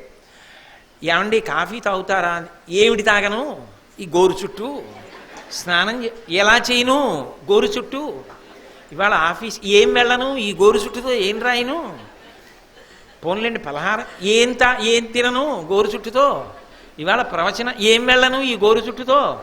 వాడికి మీరు ఏం చెప్పండి ఆ గోరు చుట్టే. ఇంకొకడు అంటాడు, నాకు ఆఫీస్కి వెళ్ళి రాయలేకపోవచ్చు కానండి, ఇవాళ అంత కఠినుడు ఏం కాడు, మా అధికారికి చెప్తే పోన్లేవయా, ఇవాళ నువ్వు నోటితో చెప్పేవి చెప్పు నీ కింద ఉన్న వాళ్ళకి, ఇది ఇలా చెయ్యి అది ఇలా చెయ్యి అని చెప్పు చాలు. నువ్వు అంత తప్పనిసరి పరిస్థితి అయి సంతకం పెట్టవలసి వస్తే నీ పక్కవాడితో నీ పెట్టిస్తా, సరేనా, కూర్చుని చెయ్యి, వాడికి చెప్పి చేయించు చాలు. అలా కుర్చీలో అలా కూర్చోవడంలో, నాకు అక్కడికి వెళ్ళి కూర్చోవడంలో, ఓ మంచి మాటలు చెప్తూ ఉండడంలో నేను నా నిప్పి మరిచిపోతాను అన్నాడు అనుకోండి, ఆ వ్యక్తిత్వం వేరు. ఓ గోరు చుట్టుకి ప్రపంచమంతా గోరు చుట్టే ఒకటికి. అలా వాడికి ఏదో ఒకటి ఉంటుంది, దానితో అంటకాగుతాడు. ఎంత అంటకాగుతాడంటే వాడిని మీరు ఎట్నుంచి ఎటు తీసుకురండి మళ్ళీ వాడు అదే చెప్తాడు. వాడికి ఏదో మనసులో ఉంటుంది, నేను చాలా తెల్లగా ఉంటాను, చాలా అందంగా ఉంటానని ఒక అభిప్రాయం ఉంది వాడికి. వాడిని మీరు ప్రవచనానికి తీసుకెళ్ళండి, ప్రవచనానికి తీసుకెళ్ళిన వాడు ఏమంటాడంటే, ఇవాళ వచ్చిన వాళ్ళలో నా అంత తెల్లగా ఉన్న వాళ్ళు ఎవరైనా ఉన్నారా అంటాడు. అయ్యి బాబోయ్ ఎంత ప్రమాదకరమైన ప్రశ్న అండి అది. వాడిని మీరు ఓ సేవకి తీసుకెళ్ళారనుకోండి దేవాలయంలో, ఇవాళ సేవకు వచ్చిన వాళ్ళలో నేనే బాగున్నానే అందరిలోకిని అంటాడు. వయసు ఉడిగిపోతుండనివ్వండి, ఇంకా దాన్ని ఏదో కాపాడుకోవాలి. అందుకని తీర్థయాత్రకి రారు, అందుకని గుళ్ళోకి ఎక్కువ వెళ్ళరు, ఎండలోకి ఎక్కువ వెళ్ళరు. ఉండిపోతుందా ఏమి, అగ్నిలో కాలిపోదు ఆఖరికి. ఇది పణంగా పెట్టి ఈశ్వరుణ్ణి చేరు, అది గొప్ప. కానీ అన్నిటికీ నేను ఇంత బాగుంటాను. ఏమండి ఆయన చాలా బాగా పాడారు కదండి, పాడారు కానీ ఆయన అంత కొంచెం తెల్లగా ఉంటే బాగుండేదండి. ఏమిటి ఆయన పాడడానికి తెల్లగా ఉండడానికి ఏమిటి సంబంధం అంటే, దేనికైనా సరే తెల్లగా లేడు అంటే తను తెల్లగా ఉన్నాడు, అదొక్కటే కారణం. అతిశయం. దురభిమానత్వము అది పుండండి, అది చాలా ప్రమాదం. అది గుళ్ళోకి వెళ్ళినా సరే కొంతమంది చూడండి విఐపిగా దర్శనం ఏమిటండి, అదేమిటి అసలు అర్థం లేదు. అంటే వాడు ఎక్కడికి వెళ్ళినా భగవంతుడి దగ్గర కూడా వాడు ఇదని గుర్తుపెట్టుకుని వెళ్ళాలా? ఎందుకది? చక్కగా ఎక్కడికి వెళ్ళావో అక్కడ అలా ఇమిడిపో, అది జీవితం అంటే. ఇంటికి వెళ్ళావు, ఇంటికి వెళ్ళిన తర్వాత ఇంటికి వెళ్ళాక కూడా నేను ఈ అధికారిని అని ఇంటికి వెళితే అది ఏం బాగుంటుంది? ఇంటికి వెళ్ళాక ఓ భర్తగా వెళ్ళు, ఓ తండ్రిగా వెళ్ళు. ఎక్కడికి వెళ్ళావో అక్కడ ఇమిడిపో. ఆ ఇమడడం రాలేదనుకోండి, ఏదో ఒకటే అంటి పెట్టుకుని అంట కాగిపోతే నిన్ను భరించలేరు. ఆఖరికి పదవీ విరమణ చేసేసి 10 ఏళ్ళు అయిపోయినా, ఏమండో సార్ ఆయన్ని పాపం చాలా రోజులు అయింది, ఆయన దగ్గర పనిచేశాను, వెళ్ళొద్దామండి. బాబా ఇప్పుడు కానీ వెళ్ళారంటే చంపేస్తాడండి, ఇప్పుడు మళ్ళీ మొదలెడతాడు, 1976లో నేను అప్పుడు ఉన్నప్పుడు అని మొదలెడతాడు, వదలడండోయ్ అంటారు. కొంతమందిని మీరు చూడండి, అది అంటుకుపోతుంది, శరీరానికి మనసుకి అంటుకుపోయి అది మొదలెడతాడు. ఏమైనా నువ్వు నా దగ్గర పనిచేసావు కదా 76లో మనం పనిచేసినప్పుడు అని మొదలెడతాడు. ఎందుకది? ఇప్పుడు ఎంత నీ వయస్సు, ఇప్పుడు నువ్వేం నేర్చుకోవాలి, ఇప్పుడు ఏం చదువుకోవాలి? కొంతమంది చూడండి చాలా అధికారంలో ఉండి కూడా చాలా వినయంగా కూర్చుని వింటుంటారు. అది సంస్కార బలం. అది ఒకడికి రమ్మంటే వచ్చేది కాదు, ఒకడికి పొమ్మంటే పోయేది కాదు. పరిశీలించుకో సుమా, నిన్ను నువ్వు పరిశీలించుకో, లేకపోతే పాడైపోతావు. ఏదో నీ జీవితంలో ఒక విషయమునందు నేను చాలా గొప్పవాణ్ణన్న అభిమానం దురభిమానం కాకుండా చూసుకో, లేకపోతే అది చిట్ట చివరికి చాలా ఇబ్బందికి వెళ్ళిపోతుంది. మీకు నేను ఒక్క ఉదాహరణ చెప్తాను. ఏదో ఒకటి ఉందనుకోండి, దాని నుంచి బయటికి రావడం ఎలా? ఇది ఈశ్వరానుగ్రహం అండి అన్నారు అనుకోండి. నిజంగా పక్క వాళ్ళే ఇవాళ మీరు వెలిగిపోతున్నారండి, మీరు రోజు రారే కనబ్బా చాలా అందంగా ఉన్నారే అన్నారనుకోండి. నిజంగా పోయి పక్క ఆయన అనుకోలేదు, పక్క ఆయన అన్నాడు. ఈయనేమనాలి? ఏమండి ఇప్పుడే కదా మీరు విన్నారు, ఇవన్నీ శాశ్వతమా, ఇవన్నీ ఉండిపోయేవా? ఆయన అందుకోవడం నిజమైన అందం అండి. నేను ఇవాళ వచ్చాను, మీరు ఇవాల్టి వరకు ఒక్కరోజు మానకుండా వస్తున్నారే, మీ అందం చాలా గొప్ప అందం నా దృష్టిలో, అనగలిగినది గొప్ప కాదు. అది ఈశ్వరుడితో కలుపు, నీకు ఏ ప్రమాదం తేదు. అది ఉండి ప్రమాదం ఏం చేస్తుంది? ఈశ్వరుడితో కలుపుకుంటే. విరుగుడు ఈశ్వరుడే. పాము విషం నేను తాగేశాను అనుకోండి, చచ్చిపోతాను. పాము విషం వైద్యుడు శుద్ధి చేశాడు అనుకోండి, నాకు మందుగా ఇచ్చాడు అనుకోండి, ఔషధంగా, నాకు ఉన్న జబ్బు తగ్గిపోతుంది. వైద్యుడు విరుగుడు చేస్తాడు. బురద నీళ్లలో ఇండి పిగించబడితే నీరు విరిగినట్టు భగవత్ సంబంధం దురభిమానాన్ని విరిచేస్తుంది.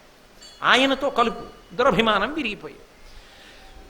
అది లేకపోతే భగవంతుడే విరవలసి వచ్చిందనుకోండి, అప్పుడు మనం వీధిలో నిల్చోవలసి వస్తుంది. అది ప్రమాదం. అదే మళ్ళీ ఉబ్బు పగులుట దగ్గరికి వెళ్ళిపోతుంది. రామకృష్ణ పరమహంస ఒక మాట చెప్పేవారు. ఎవరో ఒక గొప్ప ఐశ్వర్యవంతుడు ఒక గొప్ప భవనం కట్టి తోట వేసి పళ్ళు పువ్వులు అన్నీ పెంచాడు. ఎవరో పోన్లే పాపం నా దగ్గర ఉన్నాడు కదా అని ఆయనకి పిలిచి, ఏమయ్యా ఈ ఇల్లు నువ్వు చూసుకుంటూ ఉండు, జాగ్రత్తగా ఇందులో ఉండు, నేను ఏదో విదేశాలు ఎడుతున్నాను, కొన్ని సంవత్సరాల పాటు రానన్నాడు. కొన్నాళ్ళు పోయిన తర్వాత ఆయన ఏదో అకస్మాత్తుగా 2 ఏళ్ళు పోయిన తర్వాత ఏదో శుభకార్యానికి వచ్చి ఒకసారి ఇల్లు చూసొద్దామని ఊళ్ళో దిగి పెడుతున్నాడు. పెడుతుంటే ఎవరో తెలిసిన వాళ్ళు అడిగారు, ఏంటంటే ఇలా వస్తున్నారు మీరు అన్నారు. ఏం లేదండి ఇల్లు చూసుకుందామని. ఓహో ఇంకా మీకు ఆ ఇంటి మీద మమకారం పోలేదా అన్నారు. ఎలా పోతుందండి, ఇల్లు అన్న తర్వాత మరి అప్పుడైనా చూసుకోవాలి కదా అన్నాడు. అదేంటి ఇల్లు అమ్మేశారు కదా మీరు అన్నాడు. ఇల్లు అమ్మేయడం ఏమిటండో, నేను ఎవరికి అమ్మలేదు. మరి ఆయన అలా చెప్తున్నాడు, ఇల్లు అమ్మేసి ఆయన వెళ్ళిపోయాడు విదేశాలకి, నేను కొనేసుకున్నాను, నేనే యజమాని అని చెప్తున్నాడు అన్నాడు. అలా వీధిలో పెడుతుంటే కనపడ్డ వాళ్ళందరూ చెప్పారు, ఇంతకు ముందు వచ్చినప్పుడు ఆయన ఎంత మంచివాడండి, పాపం మీరు ఇచ్చారని చెప్తుంటాడు అన్నారు. అప్పుడు చాలా యజమాని సంతోషించి 2 గదులు తాళం వేసి ఉన్నావు కూడా తాళాలు తీసి వాడుకొని ఇచ్చాడు. ఇప్పుడు కనపడ్డ వాళ్ళందరూ అమ్మేశారు కదండి అన్నాడు. ఇప్పుడు ఆయన లోపలికి వెళ్ళి అన్నాడు, దుర్మార్గుడా నీ పెట్టొక్కటి పట్టుకుని ఏది పట్టుకొచ్చావో అదొక్కటి పట్టుకుని బయటికి పోముందు అని తాళం వేసేశాడు. ఇప్పుడు ఏమైంది? ఏ పెట్టితో వచ్చాడో ఆ పెట్టితో పోయాడు. ఎందుకని? నాది అన్నందుకు పోయాడు. నాది కాదు ఆయనది అన్నంతకాలం ఇంకో 2 గదులు కూడా ఇచ్చాడు. నీకు ఏదున్నా తప్పు లేదు, ఇది ఈశ్వరుడు ఇచ్చింది అన్నంతకాలం ఇంకో 2 గదులు కూడా ఇస్తాడు, ఇంకా ఇస్తాడు. ఇది నాదన్నప్పుడు తాళం వేసి బయటకు పోమంటాడు. ఇది తెలుసుకుని ఉండు, నీకు ఇబ్బంది లేదు. కాబట్టి కోపము, ఉబ్బును, గర్వము, ఆపోవకయునికియు, దురభిమానత్వము అసలైనటువంటిది. ప్రతి వాళ్ళు తెలుసుకోవలసినటువంటిది నిర్వ్యాపారత్వము. విదురుడికి కూడా అలసట ఉంటుంది కదా. రేపు సాయంకాలం మళ్ళీ 7 గంటలకి కలుసుకున్నప్పుడు విదురుడు మనను అనుగ్రహించుగాక. మంగళాశాసన పరై మదాచార్య పురోగమై సర్వైశ్చ పూర్వైరాచార్యై సత్కృతాయాస్తు మంగళం. మంగళం కోసలేంద్రాయ మహనీయ గుణాత్మనే చక్రవర్తి తనూజాయ సర్వభౌమాయ మంగళం. ఉమాకాంతాయ కాంతాయ కామితార్థప్రదాయినే శ్రీగిరీశాయ దేవాయ మలినాథాయ మంగళం. సర్వం శ్రీ ఉమామహేశ్వర పరబ్రహ్మార్పణమస్తు. స్వస్తి.